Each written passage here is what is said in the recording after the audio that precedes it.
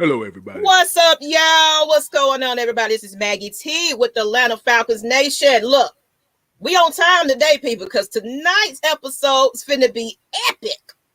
Epic.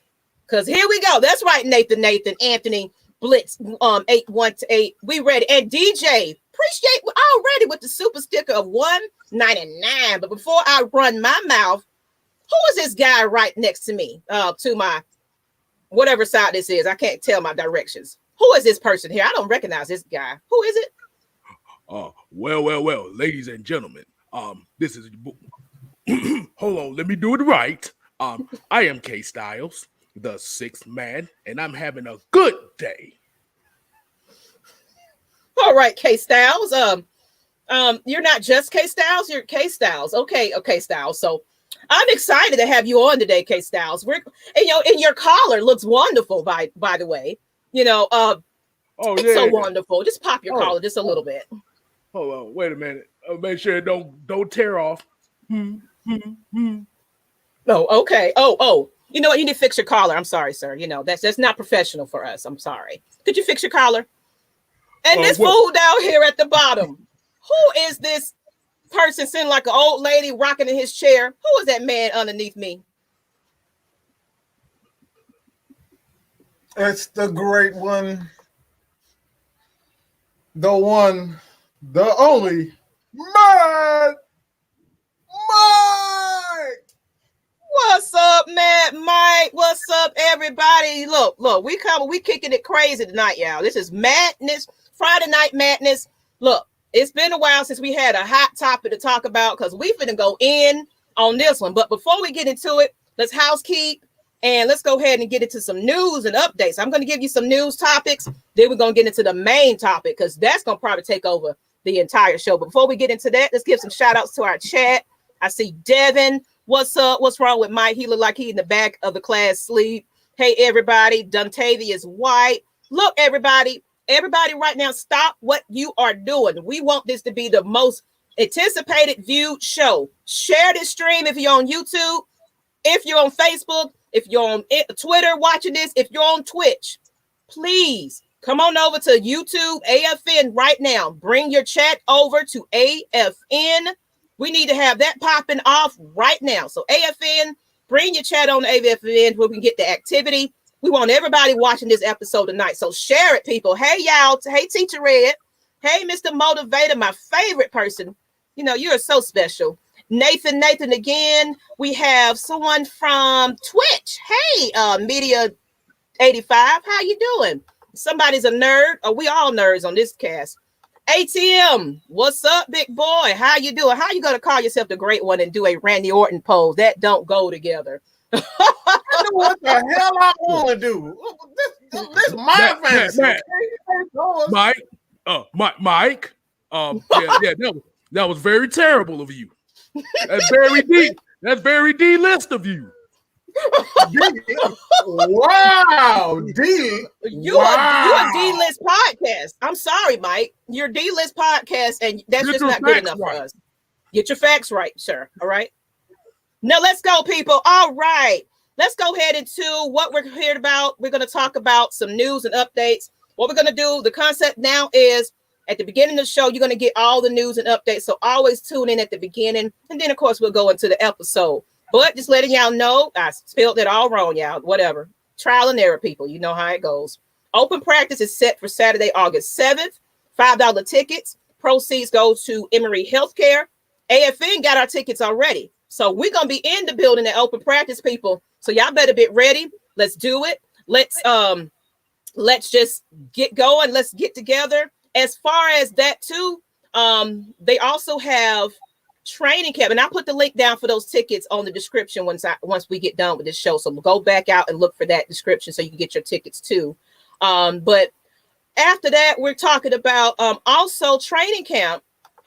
Falcons have announced training camp days, so I'll go ahead and break that down for y'all as well. Let's go, people. So as far as training camp dates, of course, y'all don't have to memorize this. It's all over social media, so you'll find it. But starts July 31st at 9:30 a.m. That's Saturday, Sunday, Tuesday, August 3rd. So it's going to be from July 31st up until August 7th for training camp, which is August 7th is the Mercedes-Benz Stadium open practice. But from what I'm hearing, it is open for the fans, for everything. But also, I think that the players won't be signing autographs. So how we used to hang on the sideline and everything else, it's not going to be any type of fan interaction with the players due to COVID protocols. You already know. So, but get y'all tickets, get the practice. We will be at open campus. You know what, Mr. Great One? I'm sick of you already. Oh my God! Y'all can get my autograph. I can write too. I can write him in the L. Hey, ain't nobody trying to see you, Otis. It's all about Miss Maggie T. All right, people are here to see me. Hey. Y'all looking very unprofessional right now. All right, so actually, let's gonna test this out. We go get into our main topic. Then we have a special guest that's in the back in the lobby right now. Longtime friend. We've tailgated together, and I'm getting ready to pop off our meet and greet, people, and it's official. November 7th is the Saints and Falcons game, and we are going to have a meet and greet here in Atlanta, Georgia. So y'all make sure if you out in different states, make sure y'all fly on in. It's confirmed. It's official. We might have some special appearances, possibly. I'm working on it. So we got a lot of months to prepare, but get ready. We finna be partying with the AFN family. All of y'all, all of YouTube, all of Twitch, all of everywhere. Come party with the AFN team. And it's free. Of course, it's going to be at a sports bar and grill. So just come hang with us. Of course, you're not obligated to purchase anything. But of course, you're going to want to drink and have a good time. We're going to be at a bar. So details are soon to come. But come on, let's go. Let's get into our main topic, though, because this is the topic of the freaking hour. And I didn't even have this man face up there. So KSTYLZ, work on that because I need to play a clip, okay? Could you get me a Shanahan picture, please? Please. Thank you. All right, and guests in the back, we have a segment question for you in a moment. Hopefully your audio is okay. I would kick you off. It's not. But let's do it.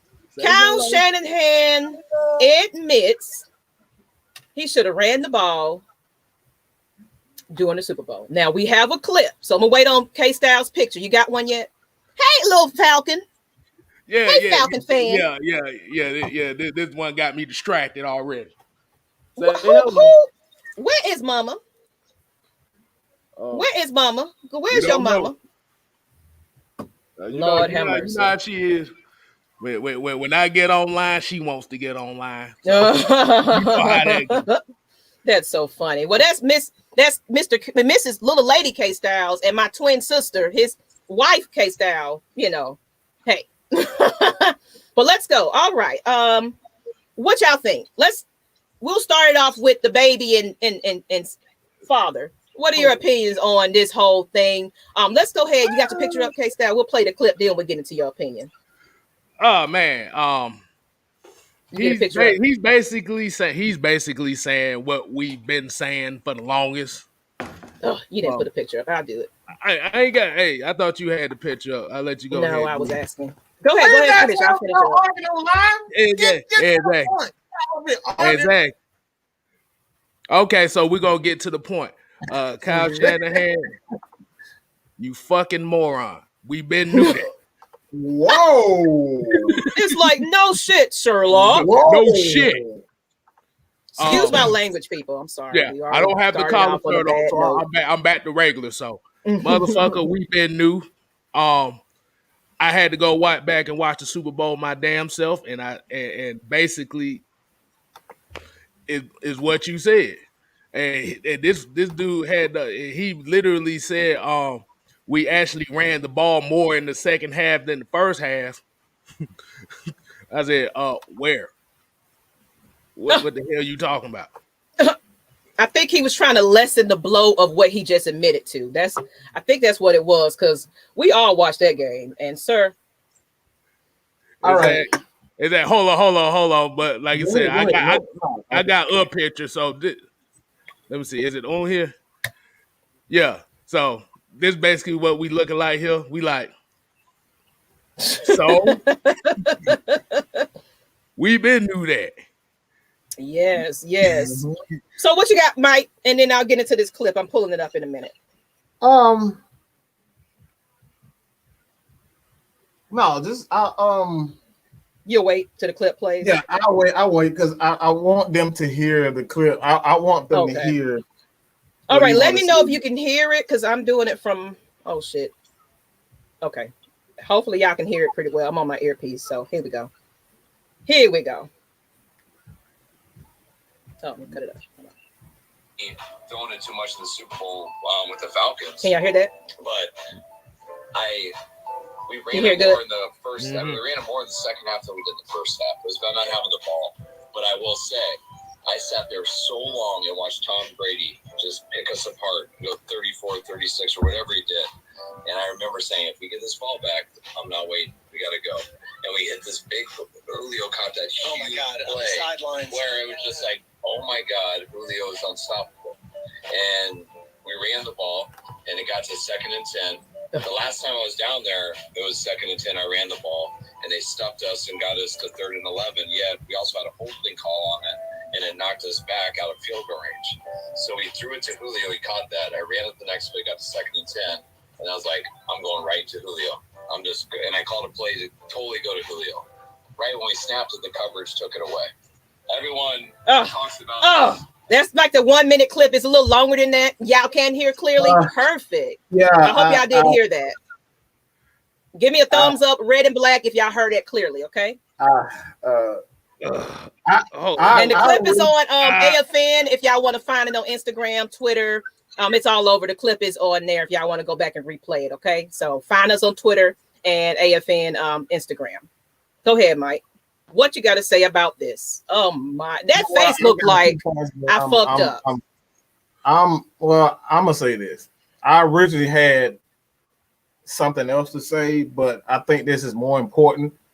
And if you can't, this is why I'm mad, Mike. Because when I'm on live, look, I do my motherfucking thing. All right, this is all unscripted. I had a script. And I just scratched. I just threw that bitch in the trash. Okay, this right here is the real live man, Mike. And like I said, this is off the dome. And hearing it again, I got another thought. All right, hearing what he said when he said, "I saw Tom Brady ripping our team apart," and I said he took it amongst himself to say, "I'm not waiting." And as a head coach, you have to be you got to be in the moment. You can't worry about what happened in the past. You can't worry about Tom Brady. You have to do what's best for your team. He got emotional. He took it away from us because he was in his feelings. He saw Tom Brady doing this. He did this. He wanted to show up Tom Brady. He wanted to show up Bill Belichick. That's the reason why we lost. We got to have clear-minded leaders. You cannot get caught up in the moment. He got caught up in the moment, and he said, guess what? I got Julio. I got Matt Ryan. Y'all can't stop us. That's what he did.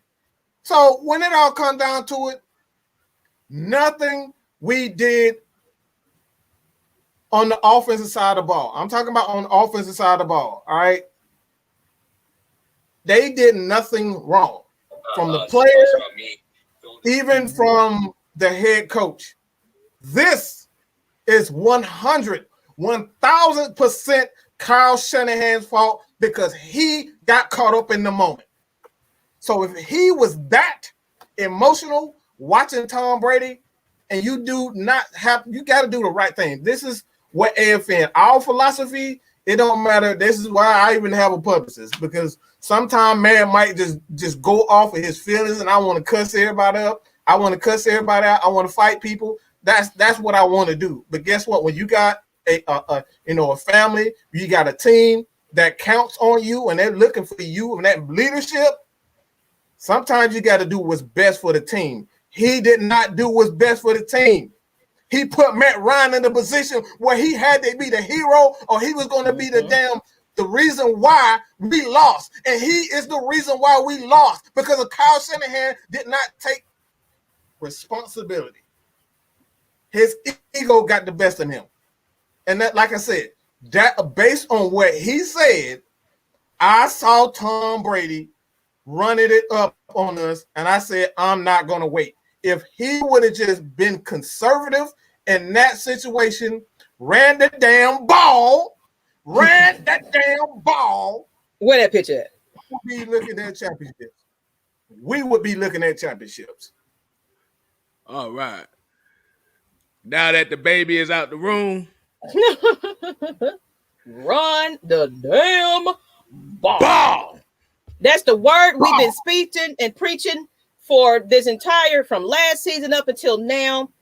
That issue with that running the damn ball with a BAWLL. People hashtag that for future.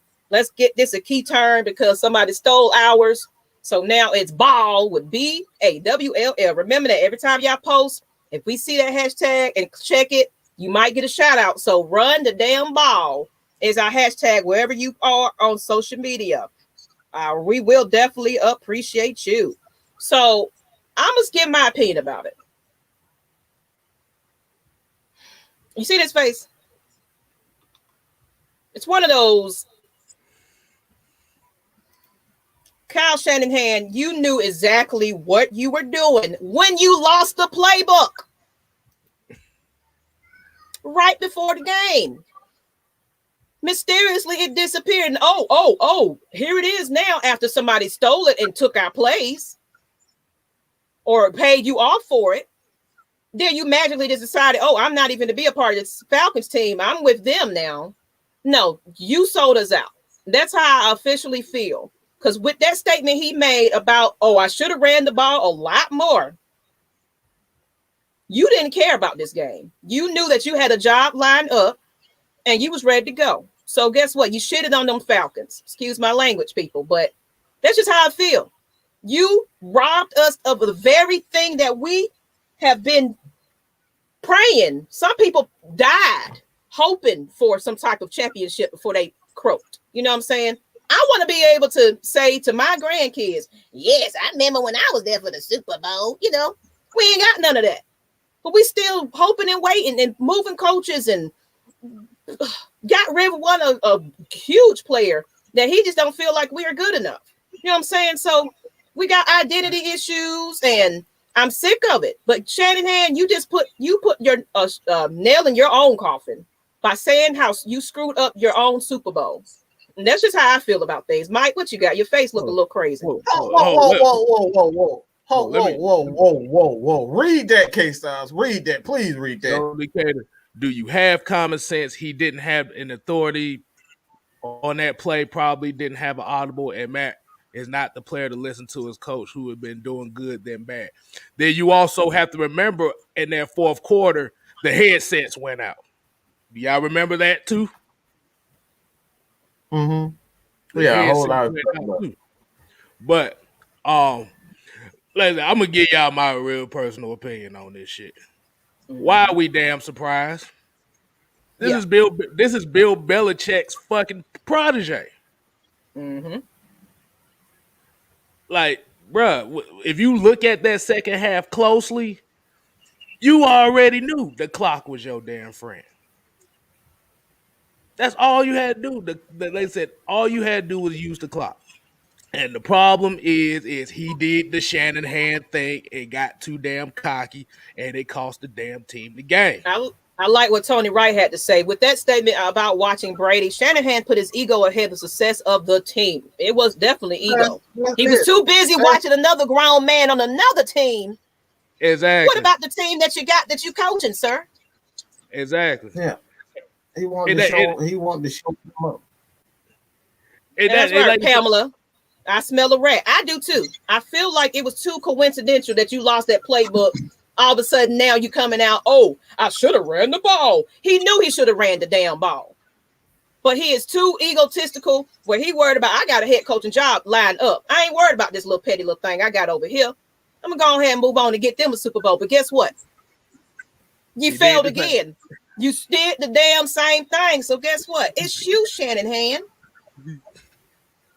Conspiracy. That's right. I just So they definitely, that's how I feel. They definitely cheated us. So I want to jump in. How do y'all feel about go ahead and get our guest on? I want to ask a certain question. Whoa.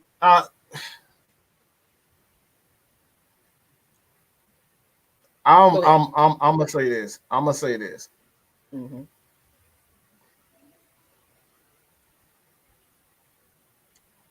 We always talk about, you know, who has the authority and whatnot. Like this is one thing that we have to like that. And you're getting Mike right now. You're not getting Mad Mike. All right, you're getting Mike right now. Mm-hmm. We always talk about accountability. We always talk about the coaches. The head coach has to trust his offensive coach. He has to trust his coaching staff. This right here is one of the reasons why Dan Quinn never trusted his defensive staff. This is one of the reasons why he didn't trust his offensive staff, because Kyle Shanahan took advantage of that. He took advantage of Dan Quinn being a guy that trusts his coaching staff and trusts his players to get the job done. This is the reason why he took over and said, guess what? I'll go back to, you know, this guy because I know I can trust this guy. This all plays into hand. So when you have a coach like Kyle Shanahan he knows he has Dan Quinn wrapped around his damn finger. He knows it. He knows that whether he loses or he wins, he already got a job lined up in San Francisco. So he's good. Absolutely. Mm-hmm. He's good. Yeah. So I'm going to get paid $20 million to go to San Francisco, and they're going to give me everything that I need. Even if I don't win here in Atlanta, guess what? I'm gone. They're not going to see me for the next 3 to 5 years. So it don't matter. I can wait 5 years, and it's been 5 years since he came. Like, it's literally been 5 years since you admitted that you screwed up the Super Bowl. You admitted that you screwed up the Super Bowl. And the worst part about this is the worst part about this. And this is why I'm so excited about Terry Fontenot and Arthur Smith. They don't care about how you feel they should build a team. Mm-hmm. They don't care you want to rebuild. They don't care if Julio doesn't like what's going on. Julio don't like what's going on. You can get the hell on. Absolutely. So he does not care. This is what builds champions. This is why Bill Belichick and Tom Brady got 7 championships. It's because they don't care what you think. We gonna cheat. We gonna bust you upside the head. We gonna get the best players. We gonna fire this person. We gonna record you. We gonna have drones and all this type of stuff. This is what they're going to do. They don't care about what you think. And until the Falcons organization get to the point where I think they do not care what the fans think, because let's be honest, 90% of the fans don't know what the hell they talking about anyway. So why in the hell should the Falcons organization do what you think? They should not listen to Mad Mike. They shouldn't listen to Kstlyz. They shouldn't listen to Miss Maggie. They shouldn't listen to the guest Derek, who's about to come on right now. Don't listen to anybody. This is your team. Do what's best for the team. And that's the reason why Kyle Shanahan is coming out right now. He ain't got no choice. He got to win right now. He got to win. He in the boat where he got to win because he did the exact same thing. And with San Francisco, egos with these coaches get you screwed up. And that's all right. Chris White, pride always gets you in trouble. And Brian Peoples, Kyle Shanahan really screwed up Matt Ryan. He made Matty Ice look like the main reason why we lost the Super Bowl. And this man is still catching flack because of that. Mm-hmm. So now you come out years later with this, oops, everybody. I messed up, everybody. Please forgive me. I didn't know. I'm about to lose my job. Can y'all help me? Be sympathetic. This man I got ate alive by the whole damn fans, media, everybody. Mama, daddy, sister, people, cousin, everybody. don't put the blame on Matt Ryan, and this man wait a whole 5 years to admit that he screwed up the Super Bowl. That is a freaking snake, boy. Yep. Jesus Christ. Like, my God. But here's the thing, and you got to think about this. This is what we say about every head coach that plays Tom Brady in the Super Bowl. It's the same damn story. Andy Reid did it this past season. I'm worried about Tom Brady, but I'm not focusing on what I need to do. That's why the Giants beat them twice in the Super Bowl. They don't give a fuck what Tom Brady did. They focus on their stuff. And like I said, people can still say it's Matt Ryan's fault and all that stuff like that. But, dude, you got to put the blame on the guy that's calling the play. You got to remember, in Kyle Shanahan's systems, there's not that many audibles you can call. No matter what formation is, you ain't got that many audibles to call. All right, people, let's go ahead and get our special guest. Like I said, everybody, if you want to appear on AFN, you have to email. That's the only way. Even with the writing position, we'll talk about that at the end. You have to email me at Maggie T, Atlanta Falcons Nation, to appear. That's the only way we're going to be doing it moving forward for the season. No longer dropping the stream in the chat for anybody that's in random. You have to officially, hey, Maggie, I would like to be on the show. You can be on the show. So I don't care if you are anybody. It's any type of fan of any team. Hit us up. We will have you on just for you to speak your piece, okay? All right, so let's go ahead. We're going to bring Derek Showtime Jr. on. Hopefully his audio is okay. We didn't get a chance to check it, so y'all bear with us on today. We rolling today. Well, let's go. Bring it in. Derek, who's TV or audio or something in the back? Matt, Mike, is that you? What, you just host the show? I'm hearing noise. All right. What's up, Derek? How you doing, Derek? We can't see you. You got to get in the camera. I got to see you. Can we get some light? Just a second. What's your thoughts? What's your thoughts? I just want him. I'm gonna give him a minute to set up. I'll let him get ready. We're gonna mute it and let him get ready. But the question, I'm gonna put the question. I'll put you on mute for a minute, Derek, while you get yourself situated. I'm gonna put the question up, and then of course it's open to everybody to answer this. But I want to give it to perfect. I just needed to see your face a little bit more. The question will be, considering what Kyle Shanahan stated with the team that were together during the Super Bowl run, do you think we would have won running the ball more? And this question is for you, Derek. I would like your opinion on that. Then, of course, everybody else can kind of fill in. And chat, I want to see what you got to say about this question too. But Derek, give me your thoughts on that, and then just give me any thoughts about anything else about Shanahan too. Shanahan, well, I'll start off with that first. He got his in Super Bowl 54. He got his. Patrick Mahomes, what else can you say? He got his. Now, as far as how he sold us out, well, you kind of have to put the blame on Arthur Blank a little bit too, from what I was told from a fan, longtime fan. You gave permission for him to interview for the job during the Super Bowl, before the Super Bowl, during the playoff run. I don't know if anybody know about that. I didn't think about that.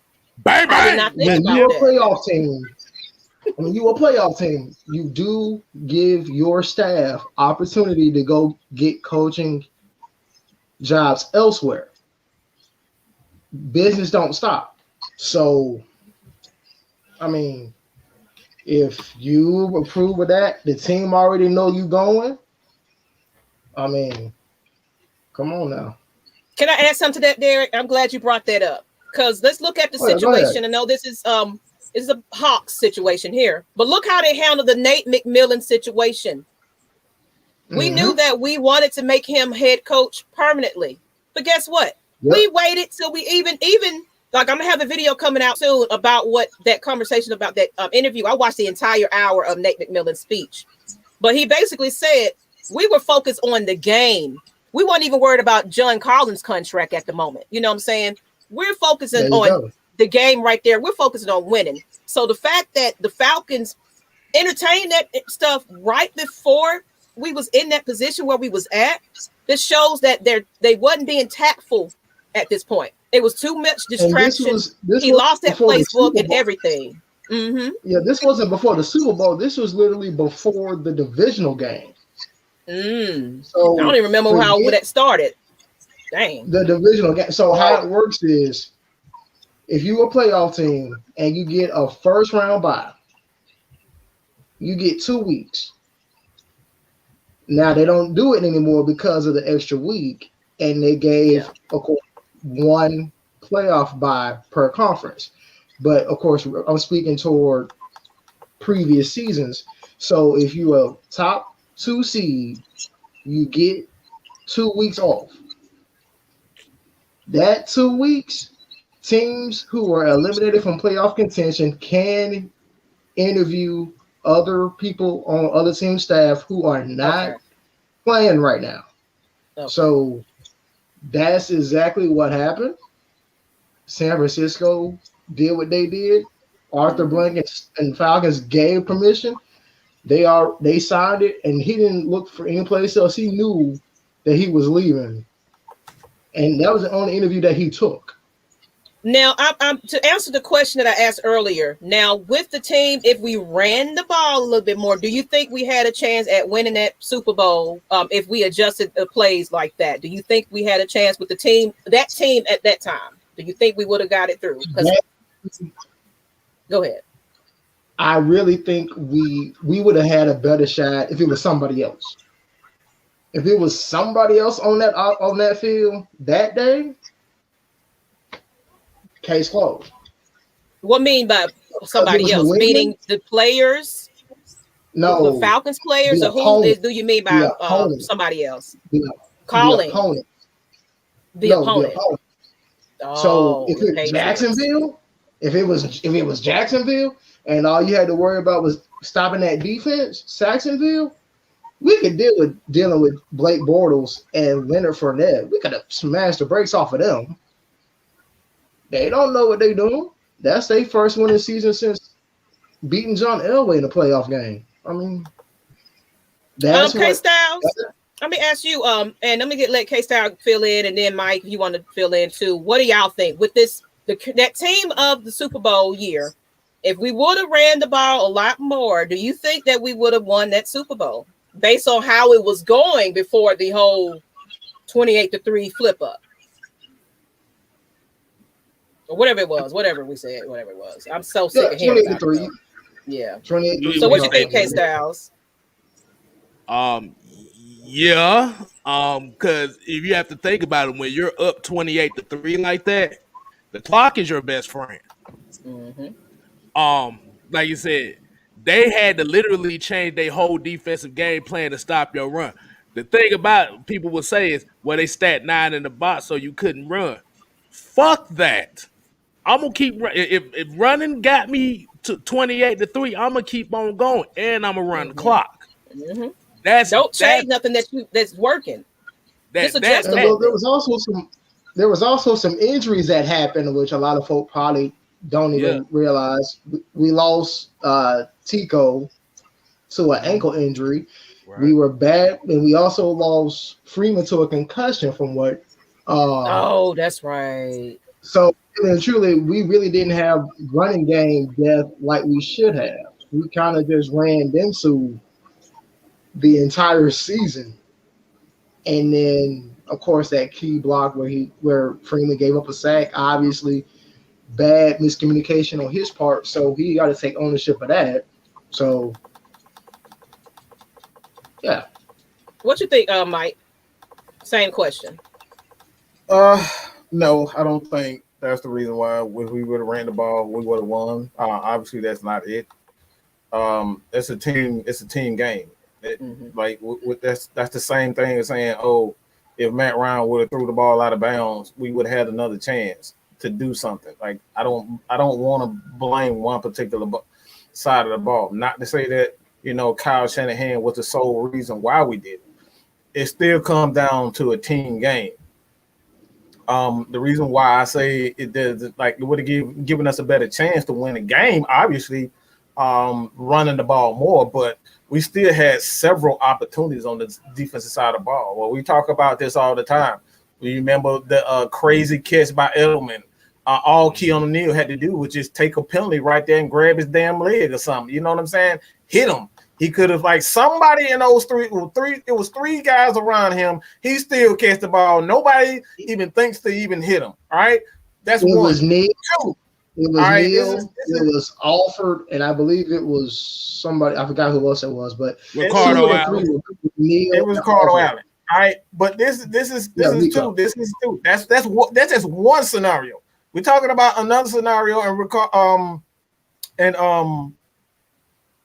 Robert Alford dropping that pick that would have sealed the game. The game would have been over if he catches that ball. And the same thing if Vic Beasley catches the ball in the end zone. If he picked that ball out, that game is over. So we're not going to sit up here. I'm not going to say that Kyle Shanahan is the reason why we lost it. He's not the reason why we lost. If anyone was to blame for that loss, and we say majority blame, it is Kyle Shanahan. But though everybody has to do their part and being a success. And actually, Mike, I don't know if a lot of folk caught the tail end, and I'm sure we don't remember it, but that camera clip, you had to get the ball in the plane completely in some kind of fashion. I mean, we kind of ripped the ball out a little bit, and still they were given a touchdown. So obviously, that had to give another replay rule put in place. So now they got to make sure it's 100% in the end zone. So now we'll see if anything were to happen, if that situation were to happen again, you got to be accurate with it. So yeah. Bad tackling took that one out. And I agree with everybody on the panel. As far as the Super Bowl still winning, I do still feel that our defense, and of course all sides of the ball, I feel like we still had some holes that led to that big flip. You know what I'm saying? So I still didn't feel that we would have won that Super Bowl. We would have been a little closer, but I felt like we was like we do typically do. Fourth quarter, third quarter, fourth quarter. We always switch it up for some reason. We go from what's working. You know what I'm saying? And that was our problem with those Falcons then. So I honestly didn't think we was gonna win that one. Of course, I was praying and crying and all of that, but it is what it is. It's still a team effort. But let's go ahead. Just take a little moment and further, look at everybody in the chat and make sure if y'all just joining on, make sure y'all follow Atlanta Falcons Nation if you're on Mad Mike Sports, if you're on Twitch, you're on Instagram, on Twitter, wherever we at, Facebook. Come on over to Atlanta Falcons Nation. We need more engagement on Atlanta Falcons Nation. We need comments on these videos. We've been dropping y'all some gems lately. Go on over there and check out our playlist. Check out our videos, our film breakdowns as well. Of course, follow me also for your Hawks, Falcons, and Braves content on Miss Maggie T, MS Maggie T on YouTube, as well as just Kstlyz up top. Follow his channel, get him to 400 people, because guess what? Me and Kstlyz are on Mike got all the big followers. We need at least to break 1,000. Can y'all please? We're begging. Can you get me and Kstlyz to 1,000 so we can feel like some important people? We want to feel official too with our 1,000. So go on over, everybody in here now. We should see 100 subscribers in a moment, right now. And then Matt might go follow him too. Oh, so hey, I about to say, so I got a question. Too. So with us talking about that, so do you think that Dan Quinn should get more of the blame than Kyle Shanahan? Because even at the end of the day, as the head coach, you still are the overseer of all the decisions. I mean, what a lot of people don't know about the coaching staff, and I always say this, yeah, it all falls on him at the end of the day, but you still have to trust your coaches. You don't hire your coaches because you don't trust them. You hire these guys because you trust them to do their job, and you're not going to handicap. I would never handicap Maggie. You know, it's like, okay, Maggie, I think you one of the best hosts. You know what I'm saying? And I'm gonna only give you authority to do such and such. Like you don't put limitations on guys that you put in leadership positions. You don't say Absolutely. Matt Ryan. You need versatile people. Mm-hmm. You know what I'm saying? So I don't think it's necessarily he gets all the blame at the end of the day, but it goes back to it. Kyle Shanahan is a well coached coach. All right. If you understand what I'm saying about that, he understands. His dad was he trained Bill Belichick. All these guys learned from Bill Parcells and Bill Walsh. They come under that same umbrella. So when it all come down to it, does Dan Quinn deserve all the blame? Absolutely not, because that's what leaders do. All great leaders have someone behind them, at least 3 to 4 people that you trust with your lives, and they are the one who let this team down. But at the end of the day, Dan Quinn has to say, all right, this shit ain't happening no more. All right. Even if we're already behind, we got to say, look, we can't keep doing this. And that's where we say that he went wrong, is that he did not say, okay, this cover 3 ain't working. We need the blitz. That's where I say he is at fault, because he never changed his scheme. It's been the same scheme for the past 5 years, and that's where I say his fault lies. Okay. The only reason why we're going back to that running the ball question is because we have to remember that Falcons defense was on the field for almost 100 plays. Mm-hmm. Mm-hmm. Oh yeah, conditioning plays a part. Right. So that's why we say about running the ball would be important, because it gives the guys the chance to rest. And then also you have to look at the discipline part behind it as well.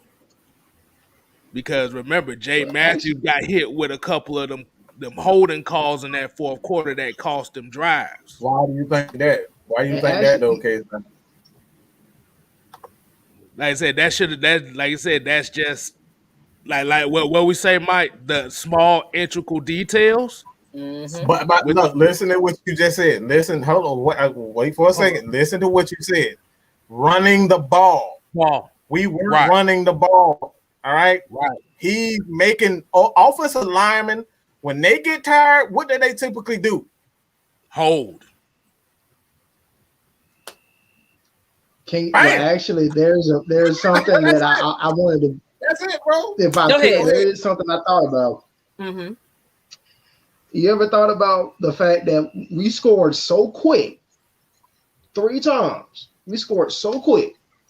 So the fact that we were striking so quickly, I'm thinking, can you really keep up this pace for 60 minutes? Mm. I mean, we scored so fast, you couldn't blink. Right. But at the same time, even though we were scoring quick, like I said, you still had the offensive line going forward. Like I said, we was running, we was balanced. We had a balance when we were scoring. So it wasn't like it was we were passing. Oh no, I get that part, but I'm just saying the defense didn't get the long, steady drives to rest if we were going to score so quick. I mean, the defense actually did. It's the third quarter. Like, as people realize, like, that one thing we got to realize, that this game, we lost the game in a quarter. We're talking about 18 minutes of a football game. So we ran the ball quite well. Where we went wrong in is that execution. This is something that we always talk about here on Atlanta Falcons Nation. The small, intricate details. If you don't get those third down stops, if you don't get that 3rd and 1, if you don't get those two-point conversions, all right? They got two-point conversions back to back. If we stop one of them, we win the Super Bowl. So again, this is why I say I'm mad at Kyle Shanahan. I'm pissed off. But we still had opportunities to get it done. I'm not one to sit here and say Kyle Shanahan screwed us. No, we had our opportunities. So offensively, yeah, blame Kyle Shanahan. But what about the D coordinator? What happened to his knowledge per se? Because wasn't he supposed to be pretty damn good? They had opportunities. I hear what you're saying. They had opportunities, and that's what I'm talking about. They didn't get those picks. They didn't get those third down stops. They didn't get those 2-point conversions.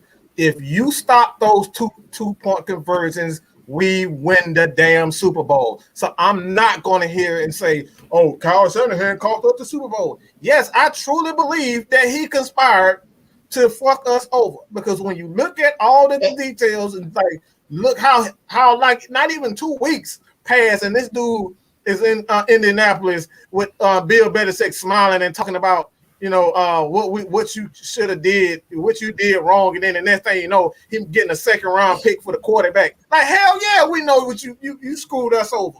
But they still it takes two to tango. Just because they cheating, just because they is conspiring, does not mean that we cannot stop it. We did nothing to stop it. We had our chances.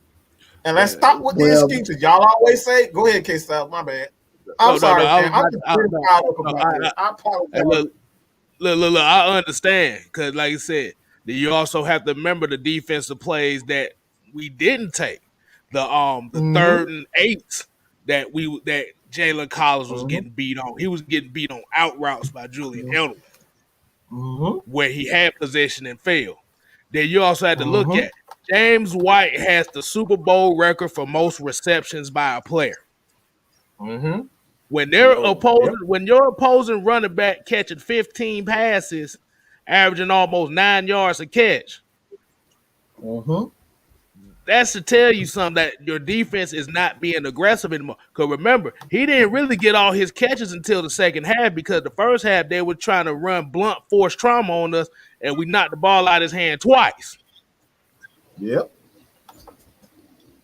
So, like I said, it goes both ways. Like I said, at the end of the day, the whole coaching staff kind of they all got to hold an accountability on the failure of what happened in that Super Bowl. Like I said, you can say the players have to execute. One thing I want to mention, I was getting a lot of feedback from this years ago. I had somebody ask me, why wasn't somebody trying to motivate somebody on the sideline to keep doing what you're doing? How everybody just sitting back with their hands in the pocket, like, okay, we got this thing in the bag. Like, great point. Right. I say that all the time. That's a great point. No, I mean, like, if you look at Belichick, he's going to ride you and motivate you for 60 minutes. Dan Quinn was supposed to be doing that. Didn't do it. Dan Quinn was a cheerleader. All he cared about is rise up. We're gonna rise up in brotherhood and everybody. But he didn't practice it on the field. Well, think about it. It wasn't no brotherhood on the field, honestly. Well, think about it. Was it his fault that? And I'm bringing up Super Bowl 49 on this. Was it his fault that Russell threw that Super Bowl away and didn't run with Marshawn Lynch? Was it his fault, or was it the whole staff? Because he couldn't control that situation. This one was his. That's why we're talking. That's why. Go ahead, Kstlyz. My bad. My bad, man. But that's what we be talking about. Like I said, if you look at every Super Bowl Tom Brady has been in, the number one consistent thing that's been going on is that the coaching staff always goes away what works. Except for Super Bowl 52. Except for Super Bowl 52. Well, Super Bowl 50. Yeah. You talking about the which one? That was the one against the Eagles, right? Yeah, the Philly special the second time. Yeah, Philly the second time. You couldn't do nothing with that. That was a shootout. That was like they got lucky. Like I said, man. One thing I always say about the Patriots, is that they play in one of the worst divisions in the universe. So they have. I'm talking about one of the worst divisions in the history of all sports. Like that division is trash. Every team in that division. No, that defense is still trash. I still don't see Buffalo going no Super Bowl. I just don't believe in that team. I like you talking about. We always talk about like giving these quarterbacks and label these like Carson Wentz he had the exact same season that Josh Allen had, and you see where he at right now. He's in Indianapolis. So I'm not one to sit up here and like praise quarterbacks for having a single season. Like Matt Ryan has been doing this shit for 13 years. All right, killing it since his first throw. So I'm not impressed easily by quarterbacks. I'm not impressed by. I followed Matt what Ryan I mean by that in college. So yeah. Yeah. Like I said, man, it all comes down to what Kevin was talking about is that coaching staff, they have to trust their offensive coordinator. They have to trust the defensive coordinator. And at that point in time, Dan Quinn was the defensive coordinator. So as far as the defense is concerned, that's his loss. I don't necessarily see it as his loss because, like, even like I said, we had opportunities. You can't say that it was his fault. We had opportunities to win. We had opportunities to take that game away from them. So, regardless of the fact that he played the cover 3 that everybody hate, they still had opportunities. Grady Jarrett had almost look. I say he had a 4-sack game. He would have been an MVP if you ask me. If it wasn't for Matt Ryan, I thought Grady Jarrett deserved to be the MVP. But that's just my opinion. They had opportunities. So I'm not going to blame the defense for that. You got to blame the players. You got to blame everybody. The players drop balls. They drop interceptions. They got he made adjustments. He took Jalen Collins off and put him on the other side. The Patriots they just went at him. That's all. That's what it all comes. The Patriots players made adjustment. They made plays, and our players did not make it. Our coaches did. It was a team fail. But I'm going to say this again.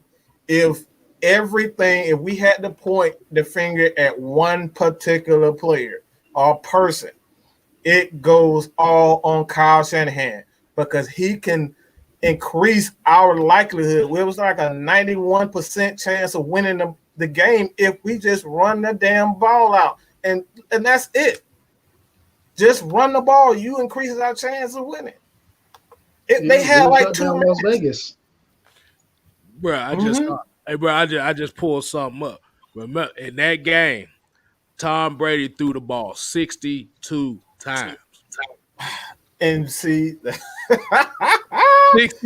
62 times. And 14 of those went to James White for 110 yards. That's the adjustment that Mike was talking about. They knew that they was getting the Tom Brady, so they said, damn that. We finna get the ball out. We finna let James White go in here and do what he got to do. Because I'm looking at the receivers. They like I said, Edelman had a pretty much average game. Pretty much everybody and Malcolm Mitchell had one of those big catches in that fourth quarter too. We not forget about that. The one that he caught on what was it? I think he caught that one on Robert Alford. I don't know if it was a damn hitch route on the sideline that kind of led to that last touchdown they got before. Yeah. So. All right, and then we don't gave us a whole hour of the Shanahan craziness. But we're gonna get into the next topic. But let's get into some comments. See what everybody got to say right now, because I've been highlighting a few of them. But let's go ahead and Jimmy Grant showed us DQ wasn't the reason for the success in Seattle. The Legion of Boom was just that damn good, despite Dan Quinn. I see a comment from ATM.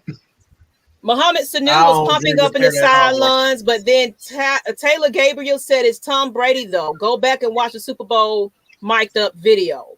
Wallace Smith says we showed Brady the same defense down the stretch, and they realized that we couldn't stop the pass to the flats to the running back. Yeah. Nuka. Stop that. You want to go that one? Stop that. Go right back to that comment. Look.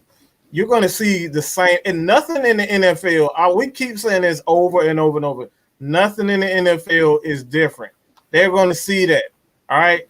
Tom Brady, they didn't have a choice. Let's stop trying to say that Tom Brady them made an adjustment. They had no choice. They couldn't run the ball. If they run the ball, they're helping us. So they had no other alternative than to throw the ball. So again, I understand that everybody wants to blame this person and that person, but it all just come down to it. It was collective effort and a loss. And let's just live with that. And Noah said, Nuka, I'm sorry, ATL, join you guys late, but listening live and direct from Toronto. Okay, then. Love all the things ATL, GSU, alumni, go Falcons. Okay, Nuka, are you new? You're a new face. Subscribe if you haven't already. And share this content out. Because, look, we're trying to get to 2K before the season if we can possibly make that happen, people. We're like 500 or so away from it. Less than 500, maybe, away from 2K. So y'all get us there. We really trying to, okay, Mike, we really trying to get there. So get AFN, Atlanta Falcons Nation, to 2K before the season. Because look, we got so much in store for y'all. We got this meet and greet coming. I'm ready to meet all our fans. We're going to have giveaways. We finna have a party. We might even do some karaoke. Me and KSTYLZ might get on the mic and sing. You never know what could be in store for our meet and greet November 7th. So I need everybody in the building November 7th. I haven't announced the location, but it will be a neutral Atlanta spots. Don't worry, it will be in the ATL. But make sure if you're not in Georgia, make sure y'all plan on being in attendance. And as well as we will be at opening practice. We already got our tickets for the AFN crew. We will be in the building, so come look for us. Come find us. I think we're in the 100 something section. I don't remember what section we in, but we in the building, people. So, but let's go into the next topic. You gonna show up there? Yes, that's right. You gonna be there, sir. I mean, so it's 2 days. It's 2 days after my birthday, but I mean, hey, that's the very reason to celebrate. So, the next topic is Terry Fontenot confirms Falcons never considered a rebuild. Everybody was like, "Let's get rid of the quarterback. Let's do this." No rebuild. I have a question. Wait a minute, Derek. Wait a minute, Derek. Hold that question. I'm going to read what Terry had to say. They asked him if, but basically about this whole rebuild. If you know much about myself and where I'm from on Arthur Smith and his mindset, rebuilding just doesn't make sense to any of us. Rebuilding really isn't in our vocabulary. We want to be able to put together a competitive team, yet we have challenges in those areas, and they're going to face those challenges head on. I think this organization, these coaching staff, Terry Fontenot, Arthur Smith, Dean Pease, Ray Jones or however you say it, I think, whatever his name is, I think it's not a rebuild. It's more like how the Hawks are. We're putting pieces together to make it work. We had a decent draft. Retool is the word. A retool. It ain't a retool. We had a decent draft. We still have a defense that we can develop. We still have players that hadn't even had a shine. We don't even know what they're capable of. And you already know Arthur Smith is a tight end led man. So we got Kyle Pitts and Hayden Hurst that went to the academy. We have players that just taking this thing serious this time. People that want to show up to practice. You know what I'm saying? Don't do the Allen Iverson thing. Come on now. I'm just saying. People that want to show up and be there. Just saying. Hint, hint. I'm just saying. We got players that want to fucking play. So, with that being said, what do y'all think about this not being a rebuild, but a retool, according to Derek? I like that terminology. What do y'all think? Let's start with the top, KSTYLZ. We'll go with Mike, and then we'll go with Derek. All Go right, ahead, K Styles. I'm gonna just start off with the K-Style spin on what he just said on that. He said, "Fuck what y'all think. We running this shit back." That's basically what he's saying. Oh boy. Yeah. Because you have to Oh, think, man. like I said, and realistically, you have to look at this. And we say it all the time. We lost 8 games by 6 points or less. What does that mean? That means that one play cost us a game. Mm-hmm. It could be either early in the game, it could be middle of the game, or the end of the game. Y'all seen the games.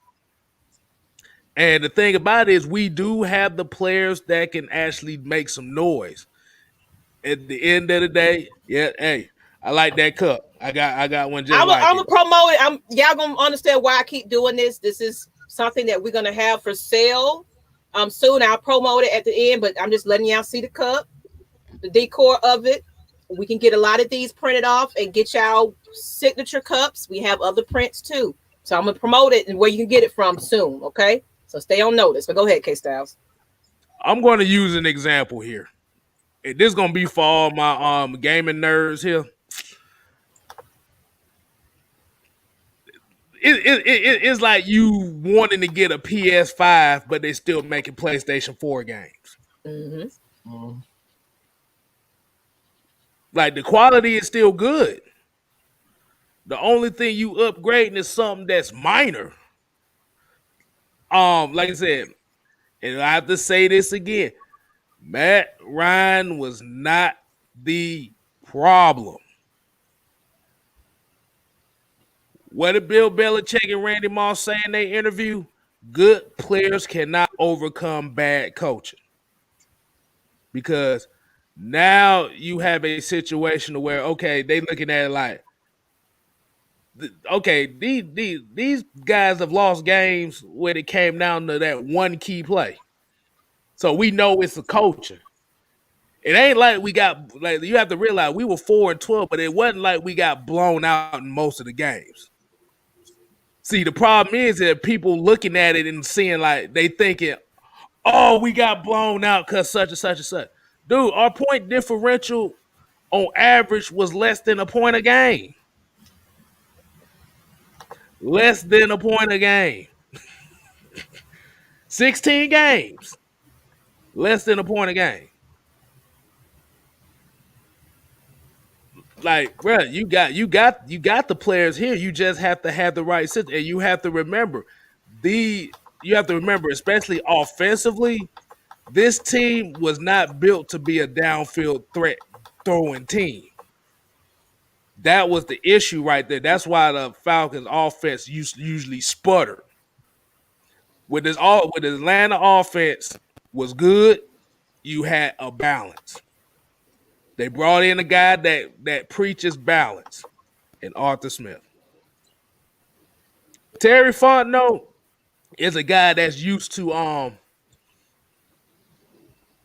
you see Mickey Loomis and what they did with the Saints the last 4 years. They changed the whole philosophy. They went from throwing the ball, Drew Brees throwing the ball 5,000 yards a season for 3 straight years in a row to maintain. They're building guys in for balance offensively and defensively. So that's just a minor tweak. Like I said, it ain't like I said that you don't need no major overhaul because now you're going to put yourself in a situation to where you might be down the drain for the next 3 or 4 years instead of seeing what this team can do when you have a different philosophy. It ain't always about trying to get the best players available in the draft or free agency and stuff like that. You have to get the best players that fit together. The offense, defensive schemes that fit with the players. That's what wins championships in this league. And like I said, at the end of the day, Terry Fontenot said, fuck what y'all think. We running that shit back. I'm going to end it with that one. What you got to say, Mike? Well, I'm gonna keep beating this. I guess I'll just say this in a term that y'all probably understand. I'm gonna just keep smacking that ass. Over and Smacking over that and over ass, again. smacking that ass. I see you, baby. Smacking Smacking that that ass. ass. Smacking Hey, that everybody loves ass. to smack that ass, all right? And I'm gonna keep smacking that ass. All right. I keep saying the same stuff over and over again. When you have a team, when you have a quarterback that is still one of the best quarterbacks in the league, why the hell are you in a rush to throw him away? There's no guarantee, especially in this NFL. Look, they already trying to run Deshaun Watson out of Houston. He's one of the best young quarterbacks, is it? Kyler Murray. They give him all these damn weapons, and they still ain't won nothing. All right? Dak Prescott. They done gave Dallas Cowboys, they done gave Tony Romo all the weapons in the world, the running game, the defenses, the offensive line, and they ain't won nothing. They ain't won nothing in 30 years. They ain't won nothing. Let me do the D-Lo on y'all ass, okay? I got to do the D-Lo on You y'all. better They ain't fucking won nothing. recognize. They ain't won nothing in 30 years. And we still up here trying to get rid of Matt Ryan, and he's still one of the best quarterbacks in there. You know what I'm saying? That's what. No, it's not another story, Paul Durant. It's not a whole nother story. They don't want that guy in there, okay? They don't want him in there.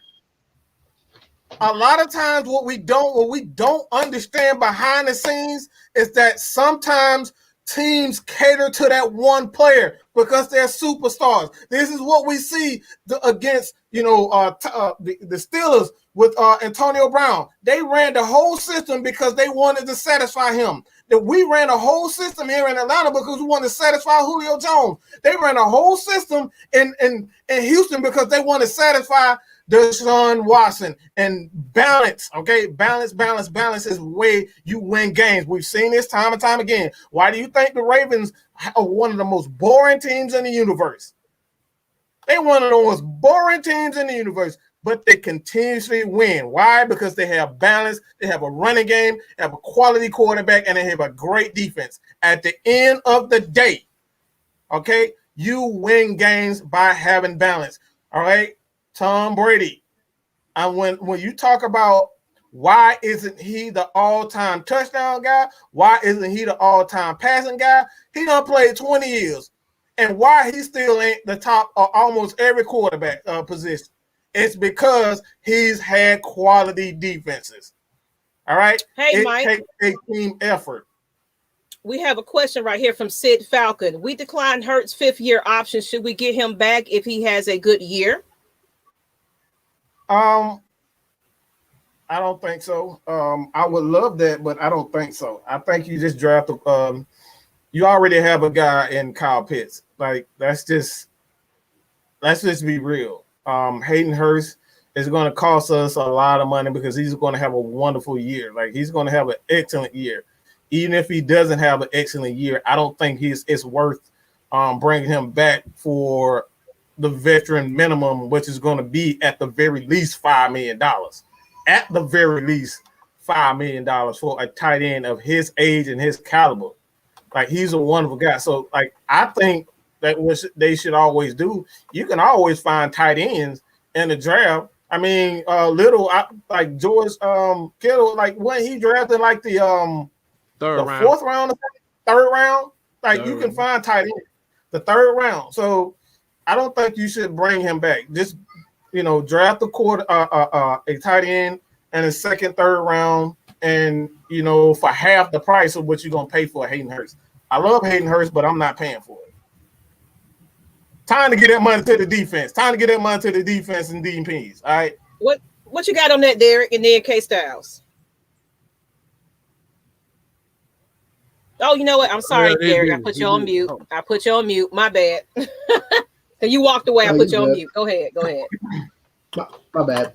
But I'm in a wait and see kind of mode right now with the new regime. Don't know much about them. So it's kind of a show it, prove it, and Prove it. win me Yep, I over. agree. Mm-hmm. Hayden Hurst. Honestly, I don't know what his market is, but I'm assuming he'll have a better second year with the team now that there will be more targets available. I'm thinking we still have some holes in the running game. We got our power backs, but we don't have the lightning quick speeder yet. I don't think we do. We got power, but we don't have speed. Well, not established. You don't have that established guy. Yeah, we don't. And it's Matt Ryan. Like I said, I've seen his talent since Boston College, so he ain't nothing new for me. But at age 37, he'll be 37 entering this season, right? 37. He's no spring chicken, but we do need to look more so for quarterback dual threat mobility and throwing. And if Houston wants out, and I'm saying this because of age, we're not going to have any more drop back, stay in the pocket quarterbacks anymore once Matt Ryan and Brady and Roethlisberger retire. See what I'm saying? So if Deshaun Watson is cut from Houston and is on suspension from the league for about a year or two, and if he's not locked up somewhere, I say take a look at him. He'll be 26, 27. He'll still be in the prime of his career. Okay, Kstlyz, what you got? What you got, Kstlyz? Okay, before I answer that, I appreciate Chad Garrison. He corrected us. George Kittle was drafted in the 5th round. I got him confused with Travis Kelce because he was in the 3rd round. But so appreciate that, man. But Hayden Hurst, I don't think they're gonna pull that card. Because I'm kind of agreeing as you want to put money in this defense. You want to put the money in the defense, and you want quality trench play. That's where your money gonna have to be at. It just like I said, it just depends on like I said, even if he doesn't have the yardage, like we know he's not gonna have as much of the yard that you would expect. But if he gets the touchdowns, that's just gonna add more value. So I don't really see them really re-signing Hayden Hurst.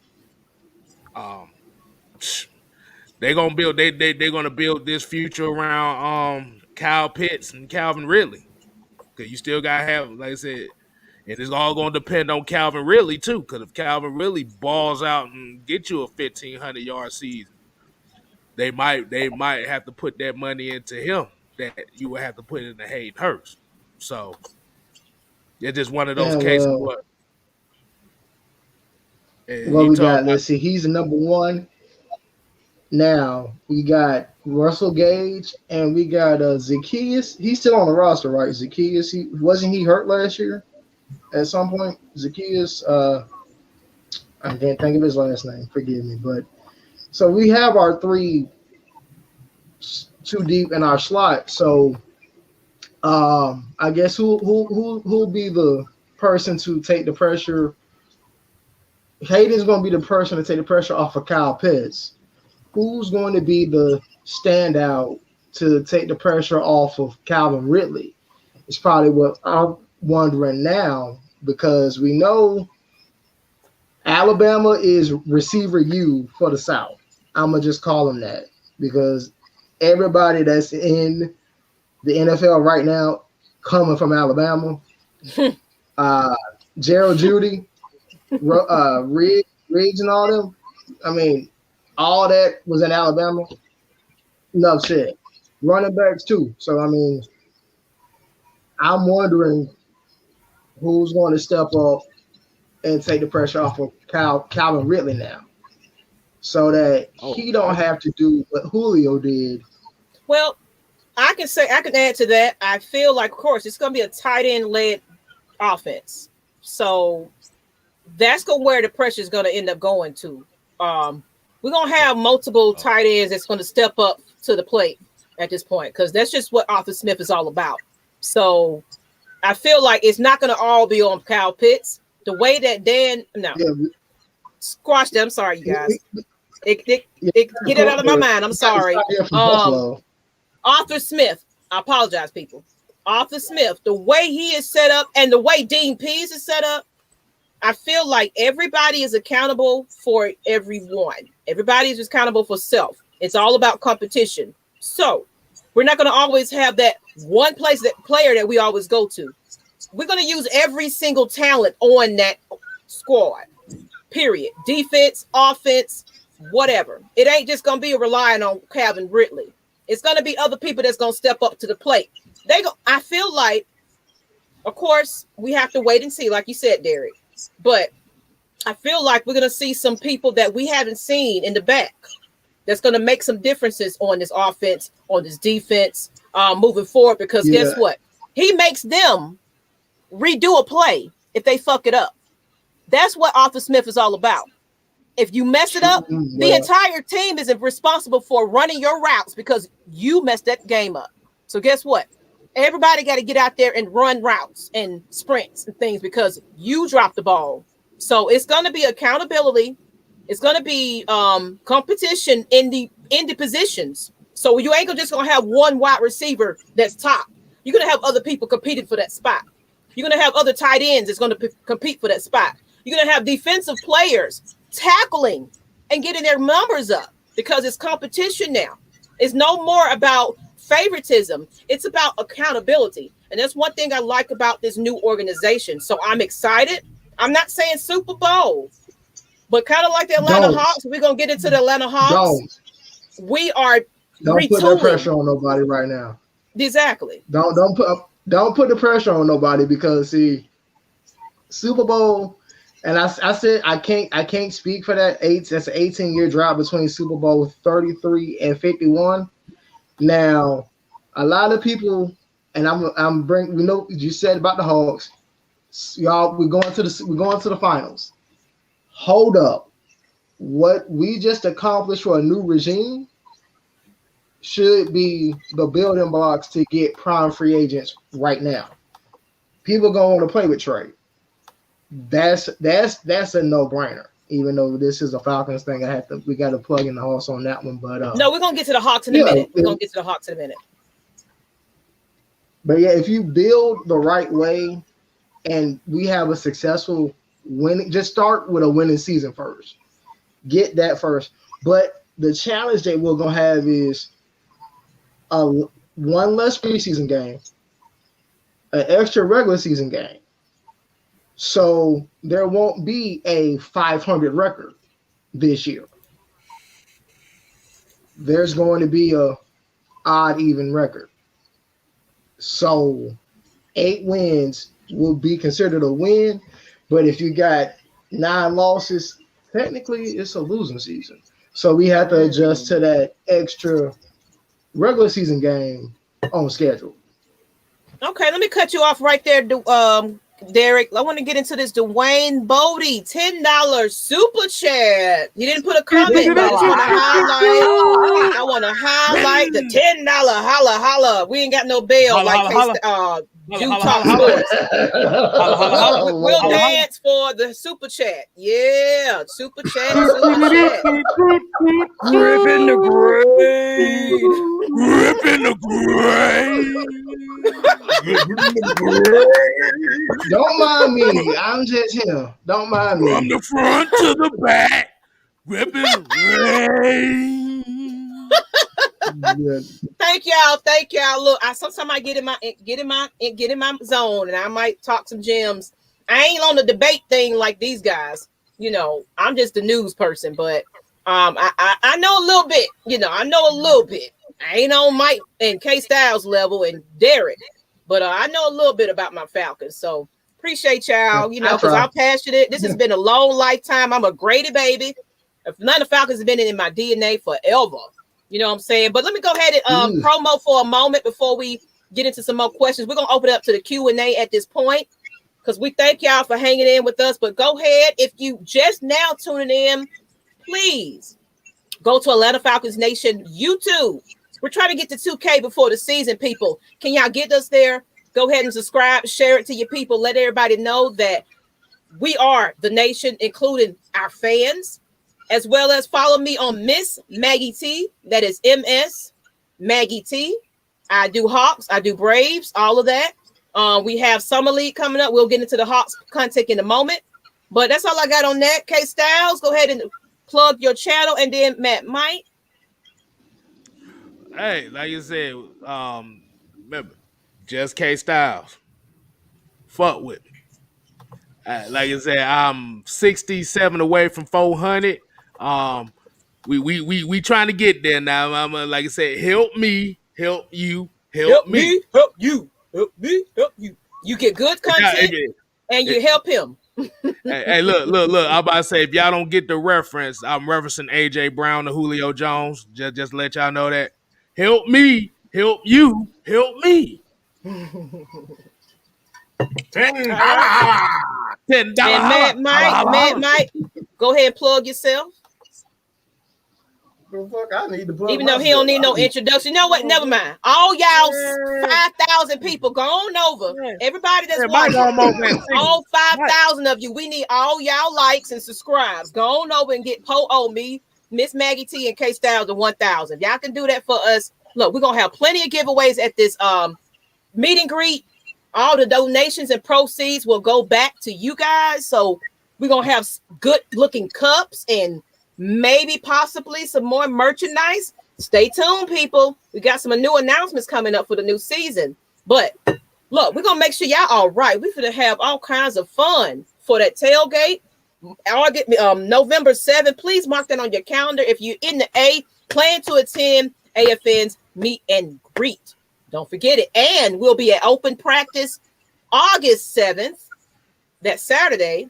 We already got our tickets, so we will be in the Mercedes-Benz building, people. Come look for us. So we'll let you know what section we in. We might find a neutral spot and have a photo op or something, but we getting together. So if y'all gonna get there, get those $5 tickets. I will put the description in the chat, as well as the description at the end of this video. So y'all can go ahead and get y'all $5 tickets before they sold out. Okay, we will be there. But let's go ahead and get into some QAs. Put y'all questions in the chat. Anybody highlight anything that y'all want to see? Any questions to see what we got so far? Mr. Motivator, I see you, Mr. Motivator. Red and black, wet and black. Put that in the chat, people. We appreciate y'all. But like I said, every donation, we're giving it back to you in giveaway. So go ahead and put them super chats and cash out. We appreciate you. $10 holla. That's right, Floyd. Let's see if we got any questions in the chat. Holla. Any questions? Go ahead. This is your portion. You had a question somewhere. Do y'all think Caleb McGarry will improve this season? Will he improve this season? He should. I don't know if he's working on his conditioning, his weight management, but he should have some improvement this season under new staff. So that should take care of that question. Fellas? What you got, KSTYLZ? I'm going to put it in 4 words for you. Run the damn ball. Which means... That's the question. But okay. But what it basically means is with them having the balance and the way that... Because if anybody watch Chicago and how Dave Ragone calls a lot of plays and stuff, they run the ball a lot, but what it is they run a lot of screens. They run a lot of short passes. So Caleb McGarry's strength is run blocking. He wants to go forward. Your offensive linemen do not want to be going back 50, 60 times a game. Because even though it may say the quarterback threw the ball 40 times, they could be dropping, but like I said, the pass call, they be dropping back about 50, 60 times. So I think with the balance, Caleb, you will definitely see a better Caleb McGarry because that's what he wants to do. He wants to put hands on people. That's what you brought him in here for. You didn't bring him here to be a dominant pass, but you brought him here to put hands on people. So improvement, yes. What you got, Matt Mike?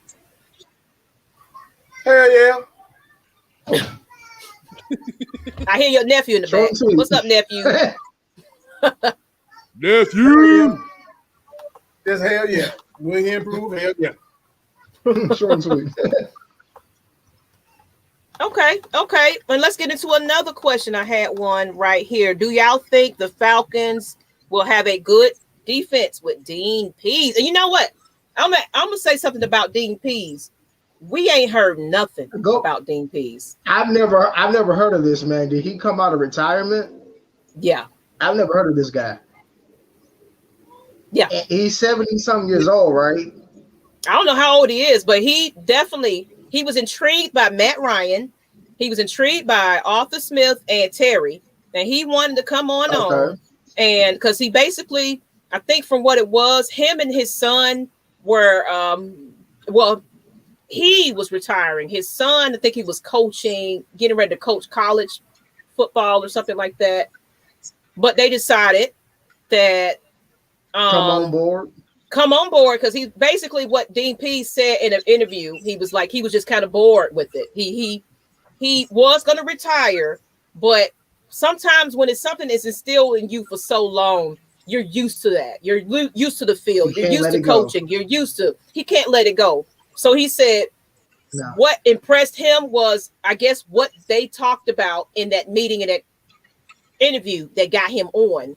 He was intrigued by what the Terry and Arthur are bringing together right about now. You know what I'm saying? He was excited about that. So I think it was attractive for him. I think it was attractive because I think, in my opinion, I think that Dean Pease is probably going to give us 1 or 2 years. And then he's going to maybe, I think, go out gracefully. Is going to go out gracefully and coach his son for that position.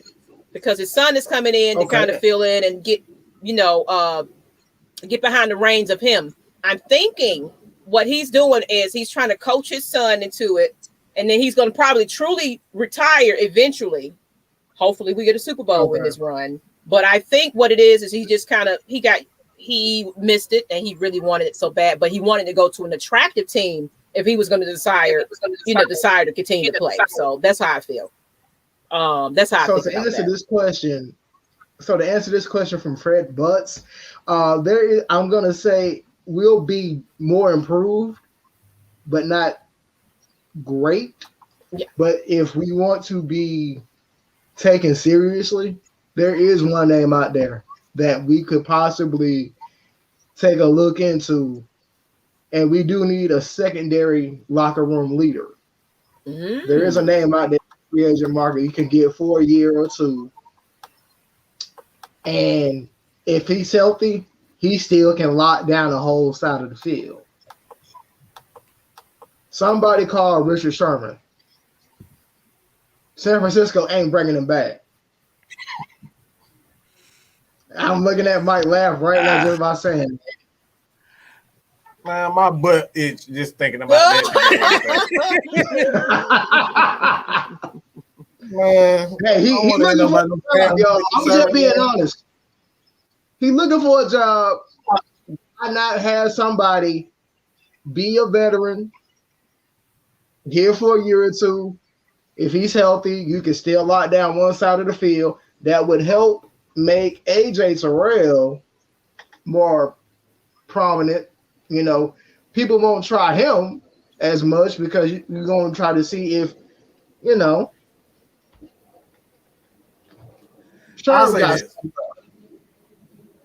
I'll say this. Because it's still a problem. I don't believe in bringing in old corners. Like, I'm done with bringing in old corners. So that's a hell no for me. Just anybody, not just Richard Sherman. I don't want to deal with no old corners.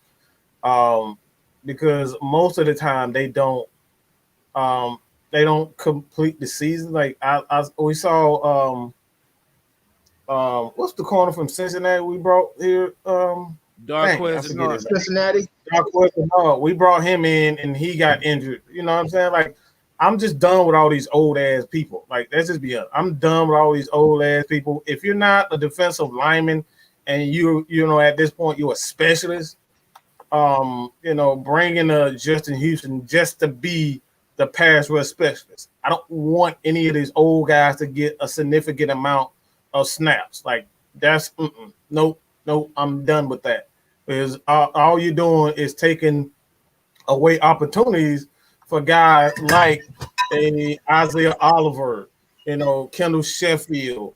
You got Darren Hall. You got all these guys that need opportunities to get their job done. You know what I'm saying? Like, to improve as a player. So you keep on bringing all these old players that, like, that's essentially taking away, taking away food out of a baby's mouth, because you're trying to feed this old man this old woman, old person that's dying already. Like, he's already in the hospital. So why are you still trying to feed him? No. I mean, that probably sounds crazy as hell. Like, that probably sounds crazy and disrespectful, but like, he's already out. Like, he's already a hospice. Already. That's kind of low. Like, don't do it. Oh, I'm just saying. Why y'all doing? That's my thing. That's my thing. And like I said, I hope I'm not being disrespectful. I probably am, but the hospital was a big much, bro. Look, this is Mad Mike. That's what Mad Mike does. He's a bit much. Okay, so like I said, I'm just done. I want to see these young guys prove themselves before I bring in a Richard Sherman. If he's available week 10, week 8, and we need some help, bring in Richard Sherman. But like, that's what I mean. Not necessarily right off the bat, but like, if we're good and we still need some help to kind of push, I'd say take a look at him for depth reasons, because San Francisco threw with him. It's surprising, but there was a comment saying that we may have the best linebacking core in all of football coming into this season. That's a bit of a stretch, but that's on paper. You good to feel that way on paper. It's a stretch. It's a stretch. I'm saying, okay, outside of Deion Jones, I mean, we still don't have. It ain't a team better. It ain't a team better. Maybe you can say Seattle with Dave, but like, I wasn't gonna say Seattle. No, I wasn't gonna say Seattle. I was gonna say Rams defensively, linebacking core. No, we're talking about linebacking core. Like, you thinking Aaron Donald? What you thinking? Yeah. Aaron Donald? Cleveland possibly. Hey. But I want to go ahead. My bad. Keep going there. But no, just to say that on a retooling team, that's a bit of a stretch. You don't know who gonna shine in what way on this new defensive scheme that we're learning. I say you'll see improvement in year 2 under this scheme than year 1. You're still gonna have tendencies that you're gonna be untrained to do from Dan Quinn and company. So year 1 is gonna be the learning curve. Gilbert, that's Dan Quinn. Yeah. But yeah, it'll be a learning curve. But if we improve, if he's here for what, 3-4 years, the system is on like what, 3-4 years. Smith. Yeah. If we improve, if we make a big jump in year 2 and year 3, then okay, yeah, all the football, I believe I'll buy it then. But in the year 1, nah. Not right now. Okay, we got a question from Wallace Smith. What do y'all think about Josh Andrews winning the LT guard spot? What do you think? I think he beats the guard spot. Josh left guard tackle spot, yeah. Left guard tackle. Hey, I'm about to say, before I get to that, I want to get back kind of quick back on that Richard Sherman. What you said they should got. I don't mean this in a way, but fuck no.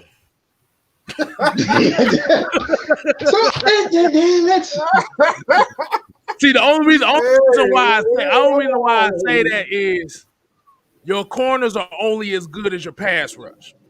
And Richard Sherman showed that, like I said, every top corner in this league has showed that. Remember, once the Legion of Boom started fading away and that line was gone, Richard Sherman ain't been the same. Josh Norman, he went to Washington. Oh well, ain't been the same. Let's not bring up Josh Norman for what happened to him and Derrick Henry. Let's not bring him up no more. Right. Let's not bring him up no more.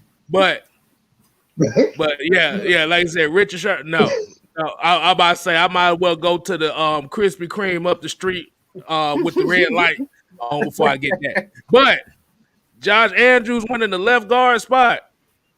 I mean, it's kind of expected with Gano being out for a while, and they don't want to rush Jalen Mayfield into that spot right away. So, like I said, Josh Andrews has been in this league for a while, so he kind of know the locker room culture. He knows he got the leadership. He knows, okay, certain things. Like I said, there's no film of this guy online nowhere. Oh, okay. So he'll have a lot of advantages coming in, is what you're saying. Yeah, he'll have a lot of advantages as far as experience dealing with locker rooms and dealing with coaching staffs and stuff. He didn't really play much, but when you're not really starting, you're in the locker room a lot more than the starters are. You're around the coaches more. So he has that experience. And plus, like I said, it's not even guaranteed that he's going to be the starting left guard all season. He might be a stopgap guy for Jalen Mayfield. Yeah, I mean, I say if I don't know this person by face, so if he's gonna be a clog, use him. Right. Yeah. Like I said, at the end of the day, they're gonna basically use him. And they're gonna see if Jalen Mayfield can speed up his process. Or it's basically going to be his job to lose. It's basically going to be Josh Andrews' job to lose. Yeah. That's pretty much what it's going to be. But like I said, there's no footage of him. Hashtag. There you go. Run the damn ball. Yeah, we got a hashtag on YouTube. Yes. They already know where it come from. Tell them AFN told y'all to say that. Anybody ever ask about why y'all spelling it BAWLL? Exactly. They're gonna be like, they're gonna be looking like y'all folk can't spell. Like it's not that we like it ain't that we can't spell. We say it differently. That's the first. Oh god, that's the first thing people say when you do this, Lord. Bow. Them AFN crew, they just don't know how to spell over there. They be cussing folks out. They D-list podcasters. They just don't know what they talking about. They don't know what they doing. Don't forget we've been called bums, trash. They said we was gonna get that work. We ain't got no skill set. We ain't got no skill set. Get your skills up. We got to get our skills up, y'all. Let's get our skills up. Exactly. I think they just mad because we not. I think they just mad because we not robots. That's what it is. Ooh. Yeah. I think we that's just, why. one thing about Atlanta Falcons Nation, we encourage everybody. Like the messages that we receive from our fans about how we had somebody that's submitting to be a writer. He gave us a whole entire speech. I'm not going to put him out like that, but he gave us a whole entire speech about how he came on the show as a guest.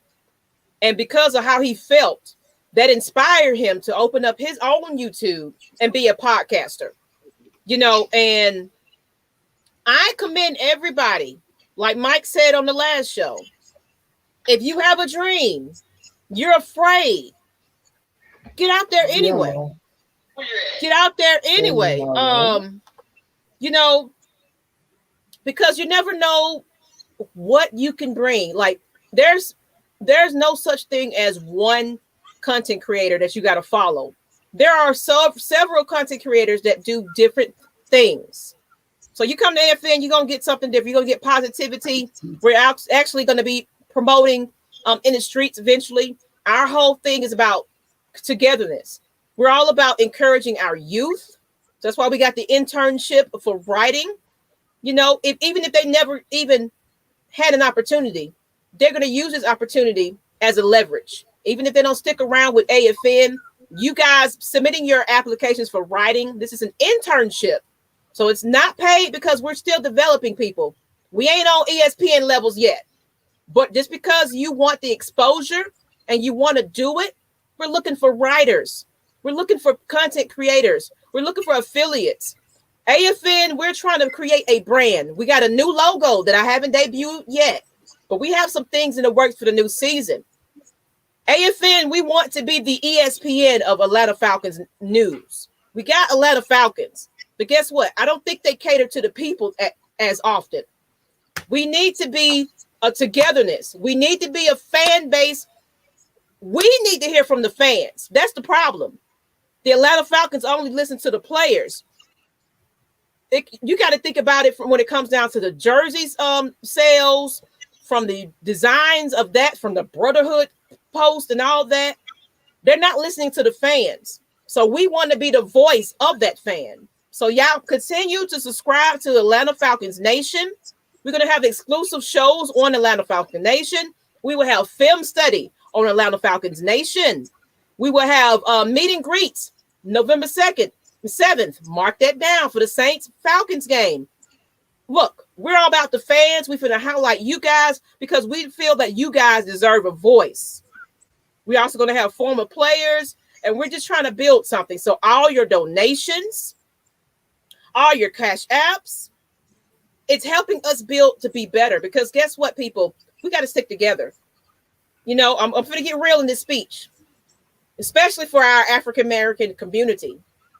There's a clip that went around with, there's some things that's going on, some controversy going on with ESPN where minority are still not dominant over there. They're ridiculed. They're, you know, you're not fitting the mold. We're not that. AFN is not going to be that. If you're looking for blue-collared sportscasters, you're not going to find that at AFN. Go ahead, Matt Mike. I'm going to just say it like this.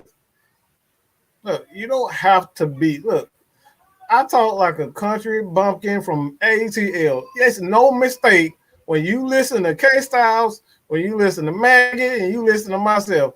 We do not sound like we from no other place but straight from Atlanta. That's where we from, right? Straight from the A. Straight from the A. I knew you was about to say that. I know you was about to go there. On my pillow. Hey. But that's, look, I'm going to say this. I was a writer for 3 years.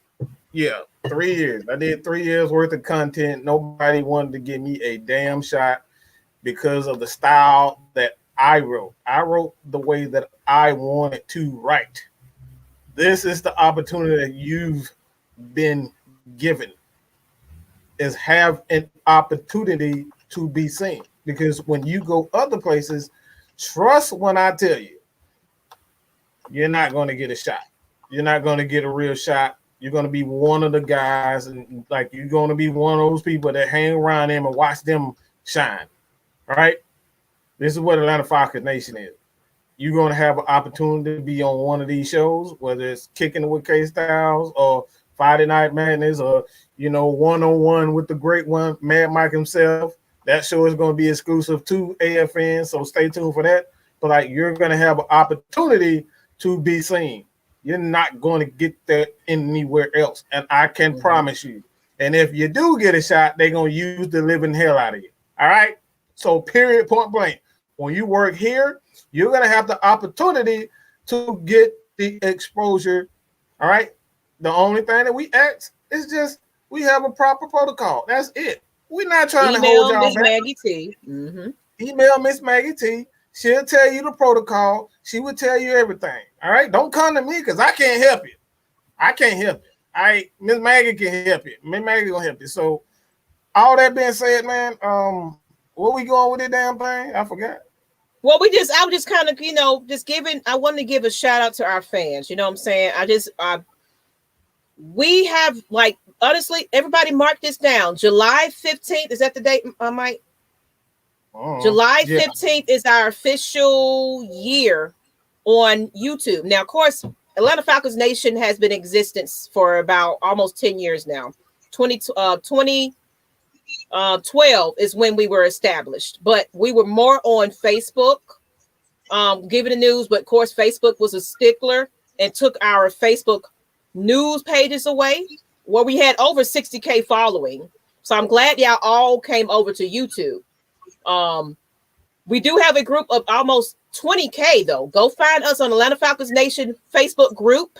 If you don't see 19K, that's not the right group for you. If you don't see that me and Mike is the admin, that ain't the right Atlanta Falcons Nation. Find us on Atlanta Falcons Nation and join the community on Facebook. But that's where it originated in 2012. We were just on Facebook. We decided, you know what? We love the Falcons so much. I used to event plan, and I'm getting back to that, guys. So we're going to be doing once a year meet and greets from now on. I'm ready to get back into the streets. I appreciate that, Mr. Motivator. You're not leaving. So that's all. I just wanted to promo a little bit. And you know what? Since we kind of got y'all attention, and my best friend is in the chat. Her name is Lisa Few. This cup was custom madely designed by her. I put it on the community tab. But these cups will be available on tailgate day. We're going to be giving away some, and then we're also going to have them for purchase as well. Just $25 if you want to get them now. With Lisa, it's Lady Few Creations. Lady Few Creations. I'll put the link in the chat soon. But follow her on Instagram. Purchase your cup. Now she does custom make them for any occasion, any player, any. She does kids cups. She does bags. She custom make them to anything that you need. So if you need a Falcons cup, if you need a Georgia Bulldogs cup, if you need a Braves cup, if you are not a Falcons fan or anything, if you're a Cowboys fan, she got you. She can even do Cocoa Melon and all that. She does kids, tumblers. She does mugs, anything that you want printed. If you got a logo, make sure it's a good image. She can print this on your cup. That is Lady Few's Creations on Instagram.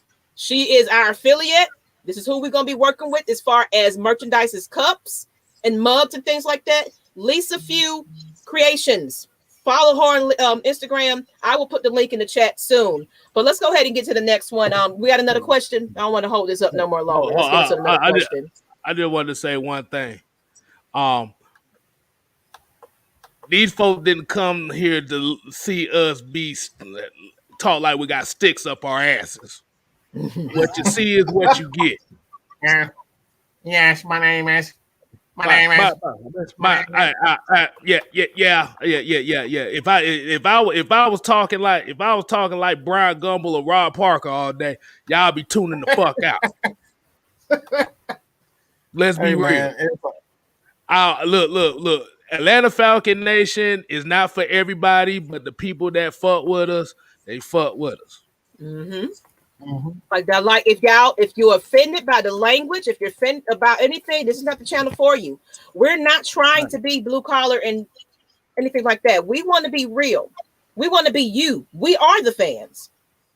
So we are representation of you guys. So if this offends you, it's not the place to be. But I'm gonna go ahead and get into this chat. Hey, let me say one more thing.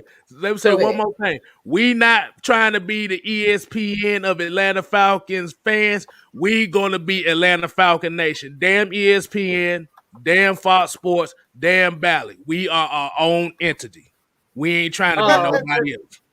Not at all. But look, this is what we look. Let's be real. All right, let's be real. What we say when we are winning the game, after we won a game, we got a big play or we don't want a game, period.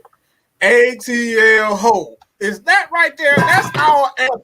ATL ho. ATL ho. ATL ho. All right. So if that's our chant that we in the dome or we in the stadium or whether we in the dome, the old dome, we always say ATL ho. So if that's what we say, why the hell should we say anything or try to be anything outside of what we are? This is what Atlanta Falcons fans say every game. All right.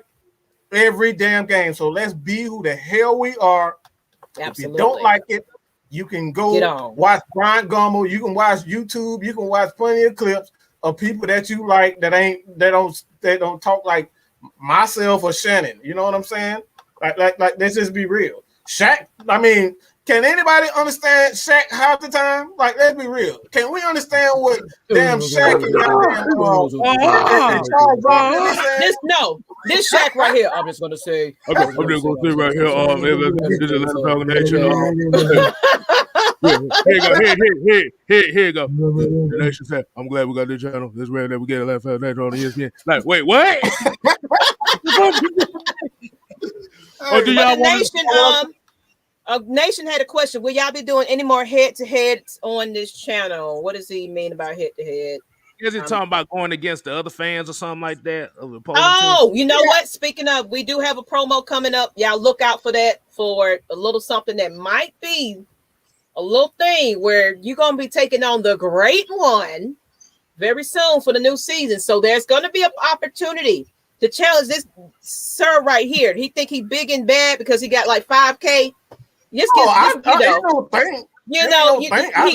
he better than everybody. So I want y'all to challenge this man. So we're gonna have some upcoming series of shows where y'all get to challenge the great one, because he just deemed himself great which he ain't. You know, I'm just saying he ain't that great, because Maggie T is coming up on that. Okay, before you know it. So just letting you know, Matt, you ain't that special, sir. Shut up. How about that? How the hell are you gonna say I'm not great just to say you great? What the hell kind of crap is that? Because I'm awesome. I'm amazing. I get a lot of love. Lord, people come to see me, not you, Otis. Okay, just letting you know. All right, but man, they y'all have film of Falcons training. They came to see Bone Crusher. Yeah. Shake that behind me. See, they want to see Bone Crusher Kstlyz. That's what they want to see. Man, at the end of the day, they come to see all our goofy asses. Twisted Torch as well. Juke Talk Sports, Madness, J-Rock. Everybody is different here, and that's what makes Atlanta Falcon Nation what it is. You don't get the same personality. And Jay, do y'all have film of Falcons training? Right now, they're not in training. Training starts at the end of the month, but we do have a plan. Look, we are opening up to interning of this website. We're trying to get some people that's dedicated, that's going to get out there in the training camps and get some footage and things like that. So we are working on that, people. We still coming up. This is just 1 year in. We definitely want to be on the exclusive on the sidelines eventually. We'll get there. We're working on it, but we definitely want a dedicated team that might be season ticket holders, that might have access to some tickets, that can attend the games and get some exclusive content. We are definitely working on that, Jay. Okay, so just be on the lookout. Atlanta Falcons Nation, we are definitely improving. We got new logos coming. We just got a new revamp, because guess what? We appreciate y'all support. So let's see what else we got on questions. What topics can we challenge Mike on? You got to tell us, ATM. It's going to be anything. It's going to be anybody that want to challenge this dude right here that just think he is just amazing. But y'all got to challenge him. But it is not going to be on no foolery. You got to come with the facts and the stats, okay? Because guess what? You want to be embarrassed by the great one. That's just something you don't want to do. You know, so y'all get prepared for that for the season. Y'all look out for that. So on that note, we've been out here for about 2 hours. Y'all want to go ahead and finish up a couple of questions and wrap it up, or what do y'all want to do right here? We were going to get a little bit of the Hawks talk before we get Let's do the Hawks talk, then we'll promo what I got as far as this cup, so I can let y'all know where to find it. Let me get that let me get the Instagram up on the thing so y'all can find her. But go ahead. Hawks. John Collins wants to come back to Atlanta, as well as Lemon Pepper Lou. He wants a multi-year contract, so a multi-deal contract. With that being said, I'm going to do a video drop about what I saw from the Nate McMillan interview. I thought that I love Nate McMillan. just the way he talks, the way he holds his team accountable. I feel like the core of our team is going to remain, but of course, there's going to be some bits and pieces like John Collins. We got to think about free agency. Brandon Goodwin, whatever his last name. Free agency. So there's quite a few players that may or may not be a part of this squad coming up. But we got Onyeka, we got Cam Reddish, we got so much young talent to develop right about now that give Nate McMillan a healthy team at the start of the season. I think we're going to be continuing to playoffs for quite some time. The South just took notice to the Atlanta Hawks.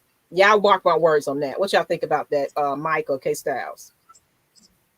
I let Mike go ahead with this one. Let me just. I got to say this about these damn. I just don't. It's just got to be some in our water. Maybe y'all motherfuckers drinking out of damn Lake Lanier or something. But y'all motherfuckers need to stop tripping, bro. Like, why does everything? Why do we always got to get these old ass people? Like, every time somebody a damn free agent, y'all want them. We just seen Derrick Rose hobble his ass the whole series, and now we're talking about getting rid of Derrick Rose for Lou Williams. Getting rid of Lou Williams for Derrick Rose. Like, Lou Williams wasn't hurt. This man was hopping in the whole 2-3 games of the series, and we trying to bring him back. Why? For what? He's not the same. So let's stop it, okay? 2. John Collins.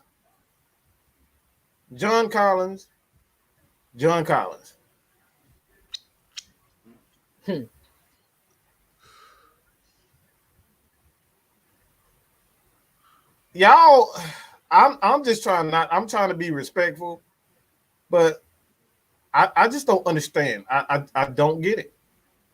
People show you that they are not ready for certain situations because, we've seen that he's not ready for $120 million. I mean, no matter how you try to, put it, he's not ready for $120 million. Let's just be real. Just because a motherfucker could catch a couple of alley hoops and dunks and that pretty much it.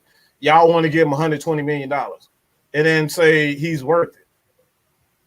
Where is that one defining moment during this entire playoffs where we said, okay, that guy is the real deal? I've seen that from Kevin Huerter. When we needed to close that game out, Kevin Huerter stepped his ass up. When Trey was doing this thing, he stepped his ass up and hit 29, almost 30.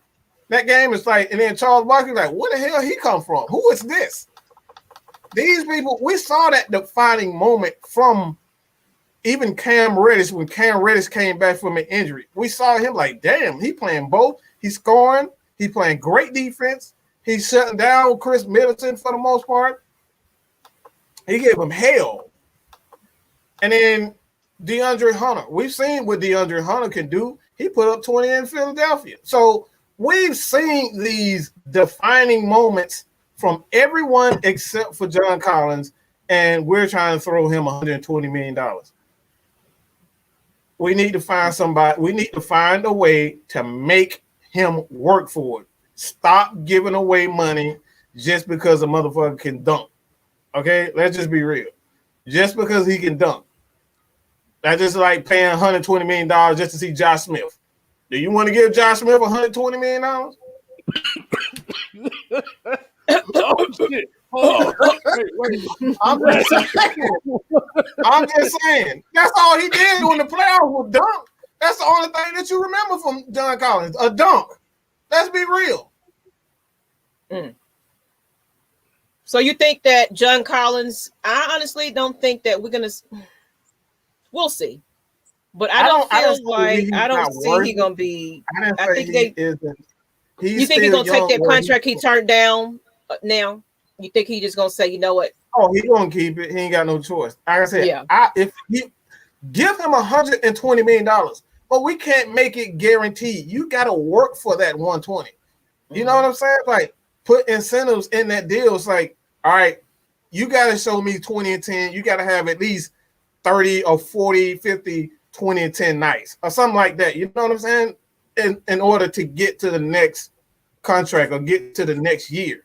We can't give away money. And that's my thing. Stop giving away money, guarantee money to players that haven't showed that they can take over.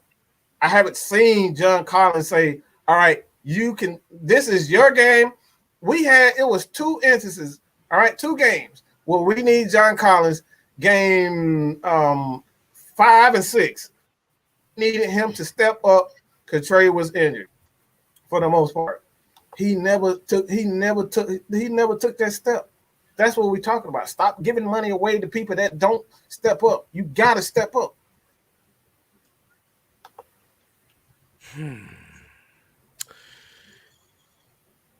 Remember, he turned down that extension because he had no faith in his team at the beginning of the season. We got to remember that. John Collins, yeah, like I said, John Collins is a hell of a player. He is. But the issue is you have to remember you got Trey's money coming up. You got DeAndre's money coming up. You got Cam's money coming up.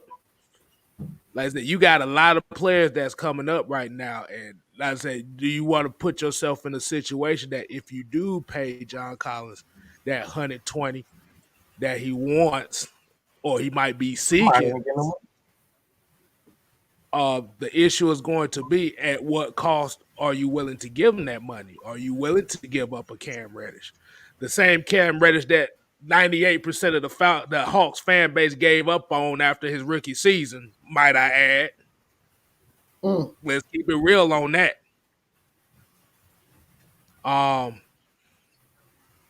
And I see people kind of talking about Gallinari and all that stuff. Hey, remember, Gallinari hit a lot of big shots in this play in these last 2 series. So, like I said, he may not wow you, but when you needed some buckets and John Collins couldn't give you those buckets, it was Gallinari giving you those buckets. Because we have to remember, Trey and Bogey shot poorly these last 2 series.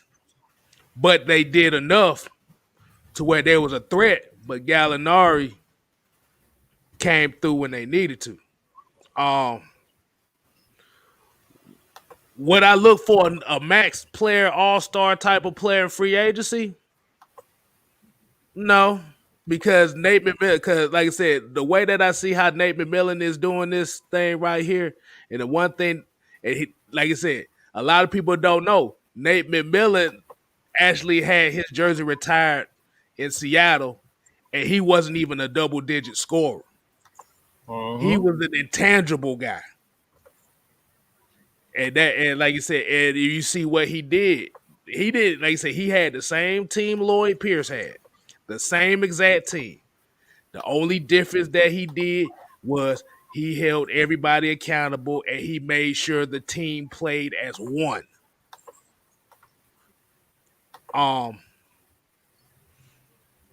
Be honest with you, like I said, if John Collins, I'll let him test that free agency to see what he can get. If he finds something that he wants, because remember he's restricted, so I'm not matching it.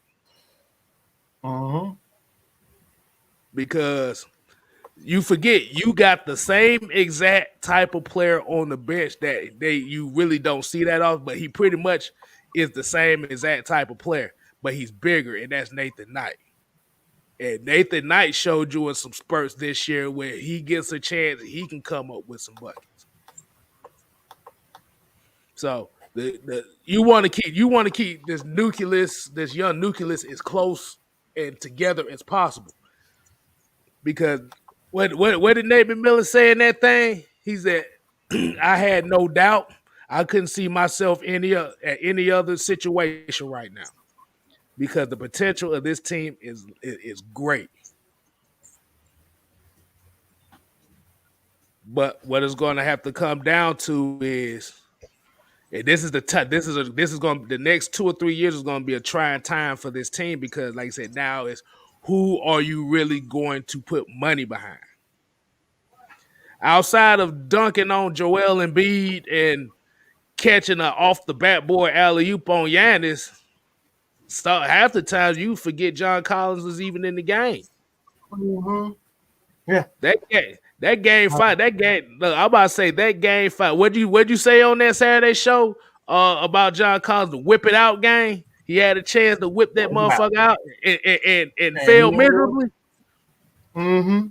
That in the game 5 against Milwaukee was his opportunity to kind of put himself on that pedestal. Like, okay, yeah, I deserve this tournament. Let me play like it. He laid a dud. Mm-hmm. So Nothing. So basically, it just looked like you're kind of like Chris Middleton right now. Like I said, are you really good by yourself, or are you good because of Trey? Mm-hmm. When Trey wasn't in the lineup, we forgot you was even out there. Yep.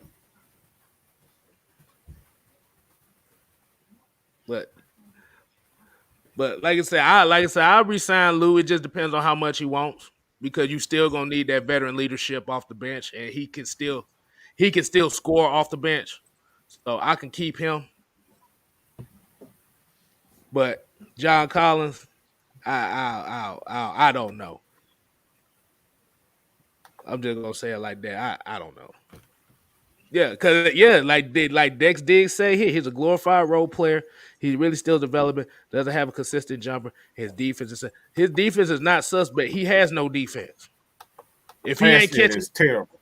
If he ain't catching alley oops, he's not in the game. I hope y'all noticed that, right?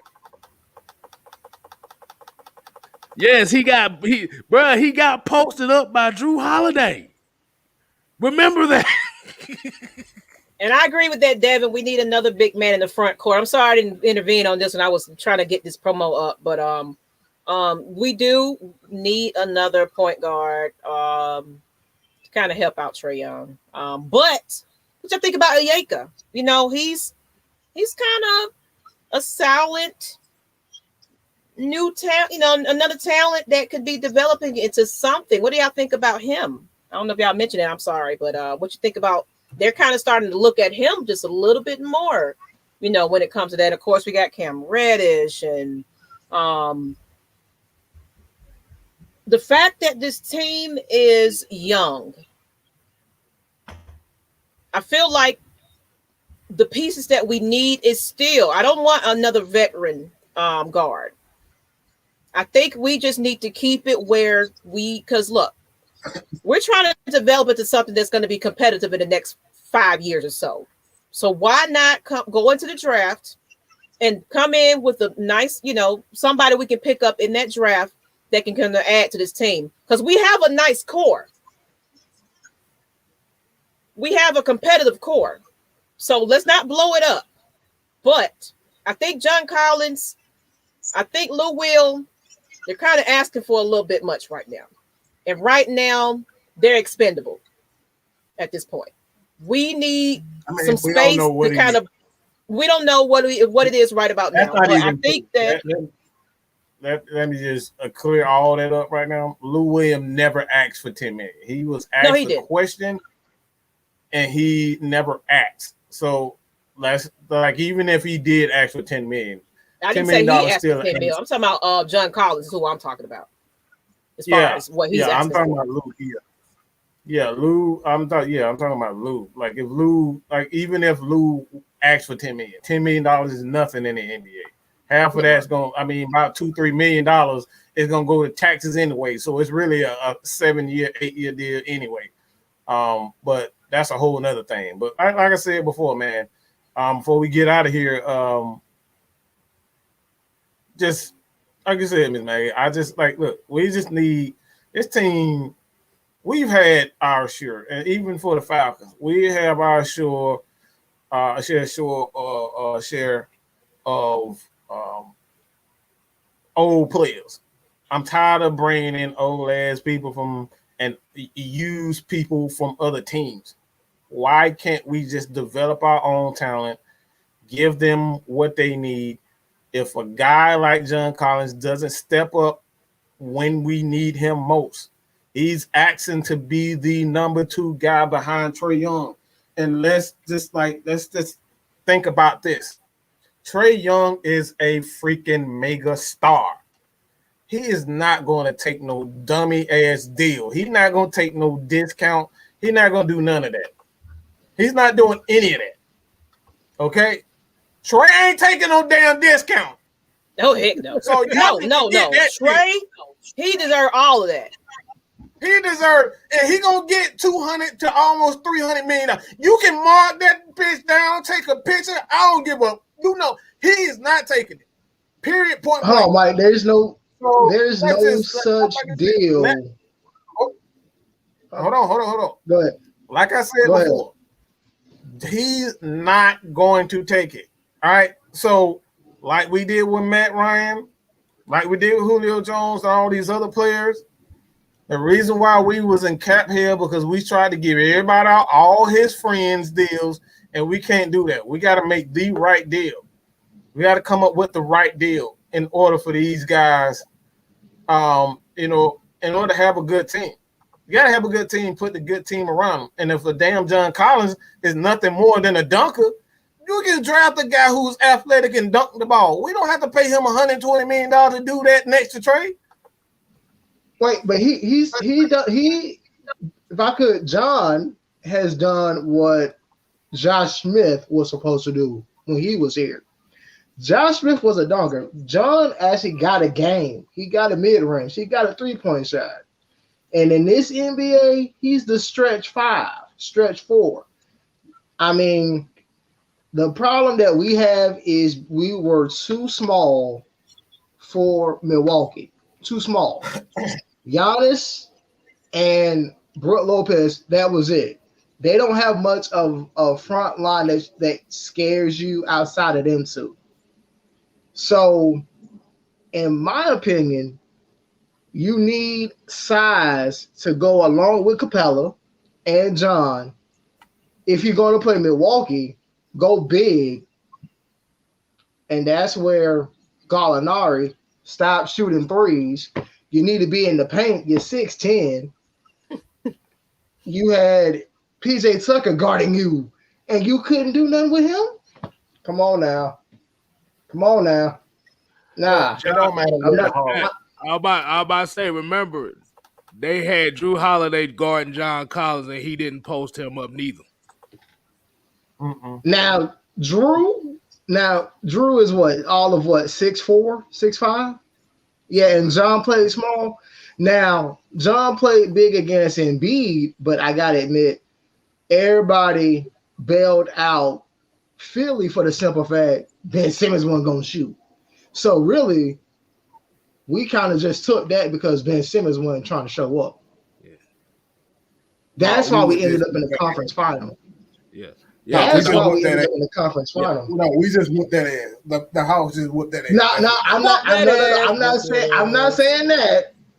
I'm not saying that we didn't, but I'm saying if you think about it, who was the league trying to see in the conference final? You wanted Milwaukee and Philly. Atlanta was standing in the way. And Atlanta did what they did. So build on this playoff debut with the new regime and finally add pieces. Now, the draft. I know a lot of people are probably thinking, yeah, you draft somebody from college or whatever. Fortunately, that might not be a good deal. This year might not be a good deal. A lot of talent is actually returning to school this year because of COVID. And there's a league out right now that is allowing 16-year-olds to go professional. And that should be starting out pretty soon. Right now, one of the top players is 16 years old. He's a center. He just made news today that he's going to jump into this new league and forego college altogether. So, I'm thinking free agency would be the best bet for us to add to this team. Mm-hmm. What do you think? A free agency? Yeah, the best way to do it. Believe it or not, it won't be this. It won't be this year, but in about 3 years, if Trey and John, here, no, hear me out, Mike. Hear me out. If they're still here together, the thing to do. 3 years too damn long. I ain't got time for that. I know. I'm getting old. I'm getting great. I need to win a championship. I mean, look, I know we getting old, but hear me out. What have we not had somebody play for Team USA yet? No. Think about it. No. Yes, we did. Hold on. Yeah, we did. Hold on. I bring up the Olympics and Team USA for a reason. How else can you not recruit people if you instead of waiting on contract decisions? Why not qualify for Team USA? Recruit. Hey, I want to link up. Play. How you think the Big Three happened in Miami? They weren't ready for free agency at that time. They built that bad boy through the Olympics. Look what's happening now. Dame might be on his way out of Portland, trying to team up with somebody. You gotta play the game. Can't go crying. But the only thing about it is you have to remember the Atlanta Hawks now are the villains of the NBA because they crashed the party. That's what we need. I don't want to be quiet, boys. But the thing about it is when you said when the last time a Hawks player played for the Team USA, Joe Johnson was on the USA team. That was a long time ago, but at the same time, you got to build this. You got to build this core up, bro. Like I said, we got some superstars coming in the making. Yeah. Like we finna have. We don't need no Big Three or nothing like that. We developing some real superstars, some real talent. Right. That's why Tony said what he said. Tony ready to spend that money. He ain't waiting no damn 3 years. Hell no. He ain't waiting. No, but I'm saying, but look at it this way, Mike. Look at it this way, Mike. Who wants out of their current situation right now? Dame, Bradley Beal. They want out of their current situations. And I don't want that one. You wouldn't want Dame. Oh, no. But you have to look at this at the aspect. They just got paid a couple years ago. So what are you willing to give up for those two? Yeah, that's why I was like, good on that. You gotta look at that. So if you bring in Bradley Beal, are you willing to part with Cam Reddish and DeAndre Hunter to bring in Bradley Beal? No, I wouldn't do that. But if we want, I wouldn't do that. But I would part ways with somebody who isn't going to get any run down here for a big and a couple cash consideration. I wouldn't mind getting rid of Bruno Fernando. What has he done since he's been here?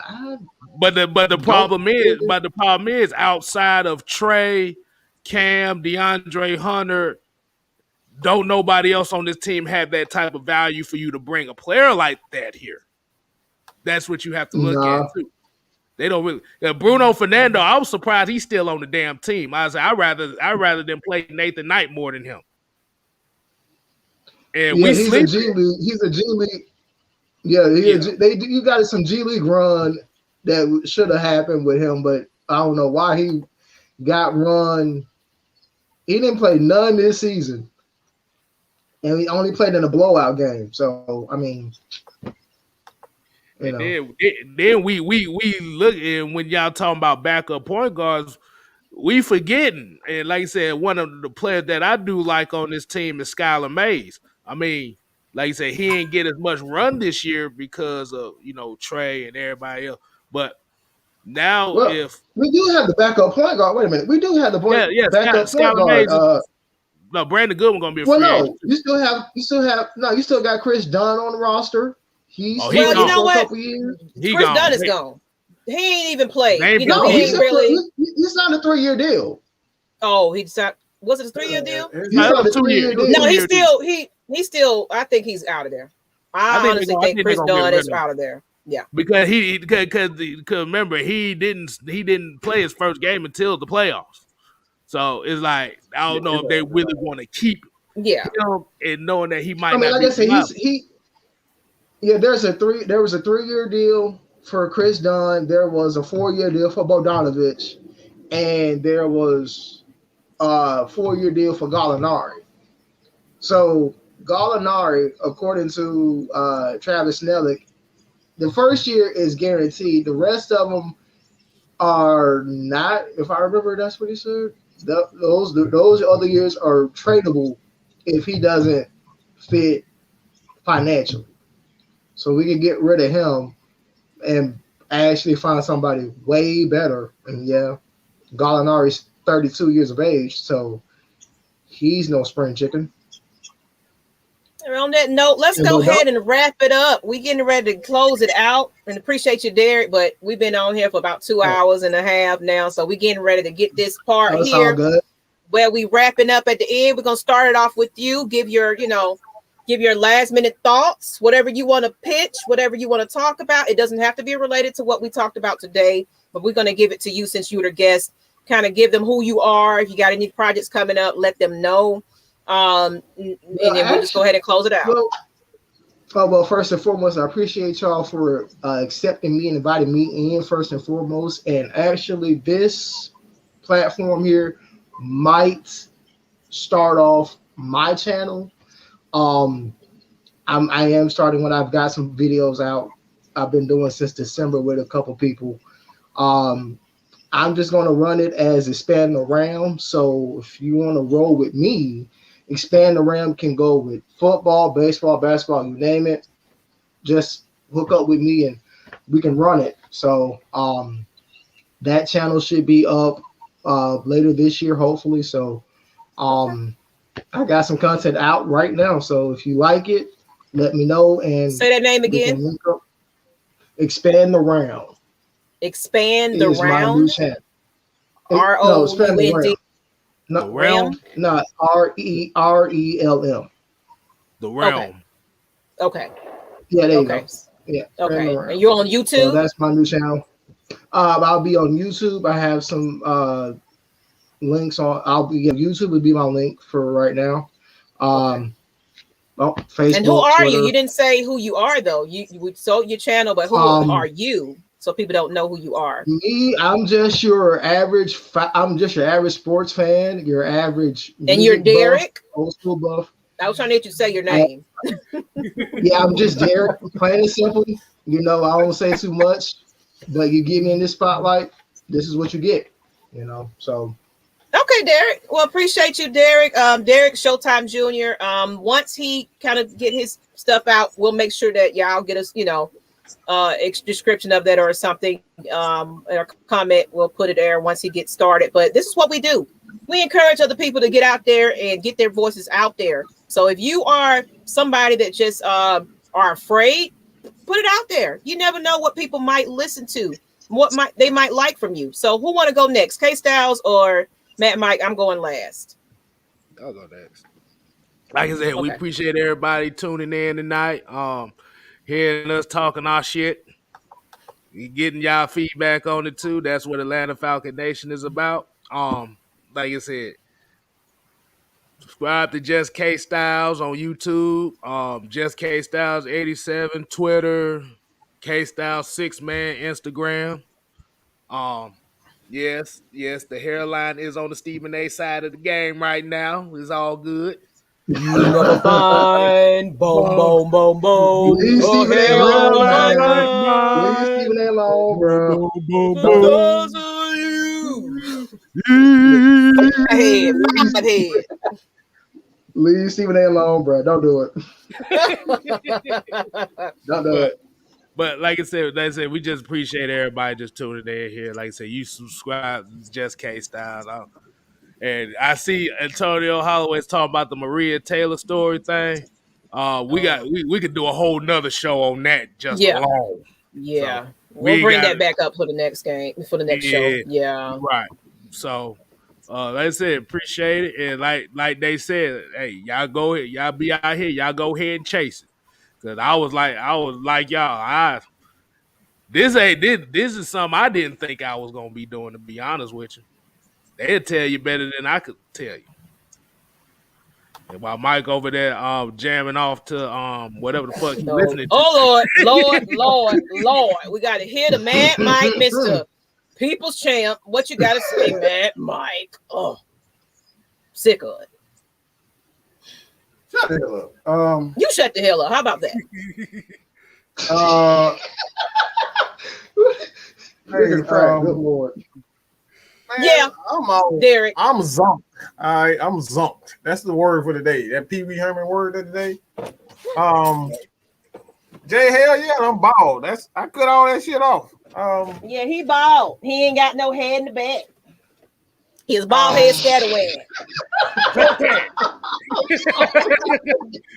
Hey, man, I gotta do it one time. Zoltan. Oh Jesus.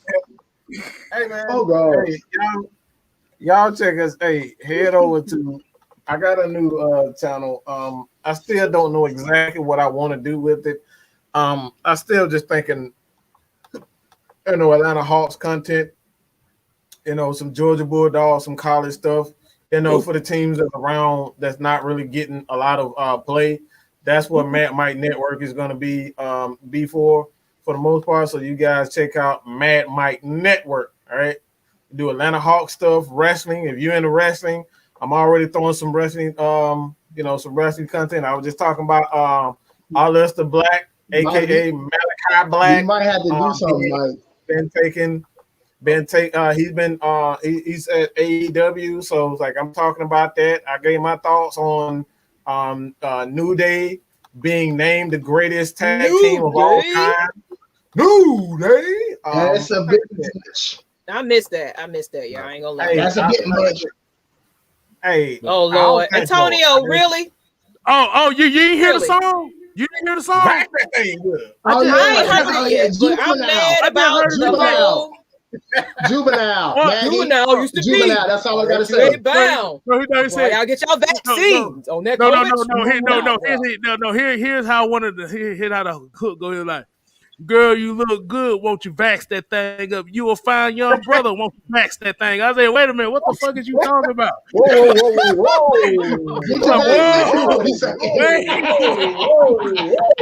Basically, no. From listening to the lyric, basically he talking about if you the main thing I got from the song was they talking about if you want to smash, make sure you get vaccinated first. Oh, what the fuck is y'all talking about?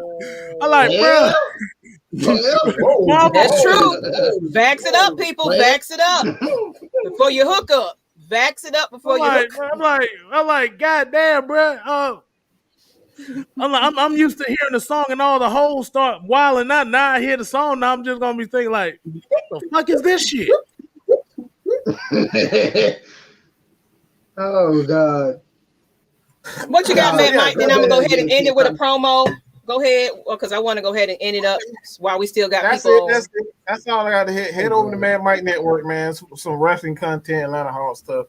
But it's mostly wrestling. I'm just thinking about just turning it into a wrestling channel. So Mad Mike Network, man. Mad Mike Network, Mad Mike Network, Mad Mike Network, Mad Mike Network, Mad Mike Network, Mad Mike Network, Mad Mike Network. I'm finna do something different. I'm about to share my screen because I want y'all. This is my best friend, Miss Lisa Few. Like she finally got out there. She's new to Instagram, y'all. So don't think she's a spam or scam or anything like that. But she just launched her cup business. I'm gonna go ahead and share her Instagram. Give me a minute. Here we go. So I'm gonna share this. It's a little different than what we normally do. I can't see y'all because let me know y'all see that. Can y'all see the Instagram? You might have to put the banner down. Put the banner. Take the banner off, y'all. Yeah. I can't see. Hold on. Take the banner off.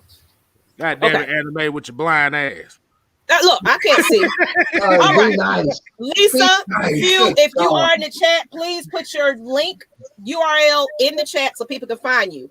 But this is Lady Fuse with an S, Creations with an S. Lady Fuse Creations. This is the Falcons cup I'm talking about. She does Braves. She does customary tumblers and mugs.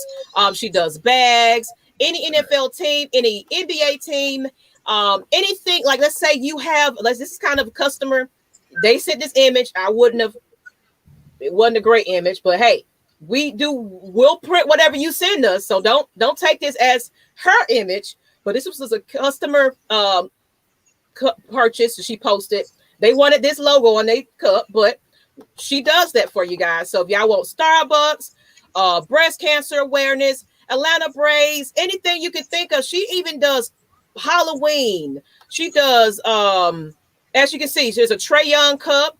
There's, if you are, KC fan, if you are, she can put them with your name on it, Alabama, anything you can name. She does those tumblers, y'all. So y'all go to her website, that's her name. I'm sorry. Lady Fuse with an S, Fuws, Creations with an S. Find her. She does even do horoscopes, all that. So I just wanted y'all to kind of see that a little bit. I'm gonna stop sharing. But look, this is legit. This is not a scam. We are really, truly getting ready to be in the market to sell these. So if you want one, go on over to her. It's $25 for a tumbler, shipping included. Let her know that AFN sent you, okay? But I appreciate everybody that has joined us. We will be doing giveaways at this meet and greet. So I want everybody to find that link on the community tabs, Instagram, Twitter, wherever you found it. The Facebook invite for Facebook, please RSVP. Even if you don't know if you're attending, if you're even in the idea, maybe. This is a free event. It is going to be at a sports bar and grill. I already got it neutrally centralized and confirmed. I'm not going to explain where it's going to be, but it's going to be within the city limits. So it won't be so far out. It's going to be, I found a location off of Virginia Avenue. So everybody's familiar with Virginia Avenue. They got a couple of spots over that way. So just know that we have a venue. We have a spot. Come out.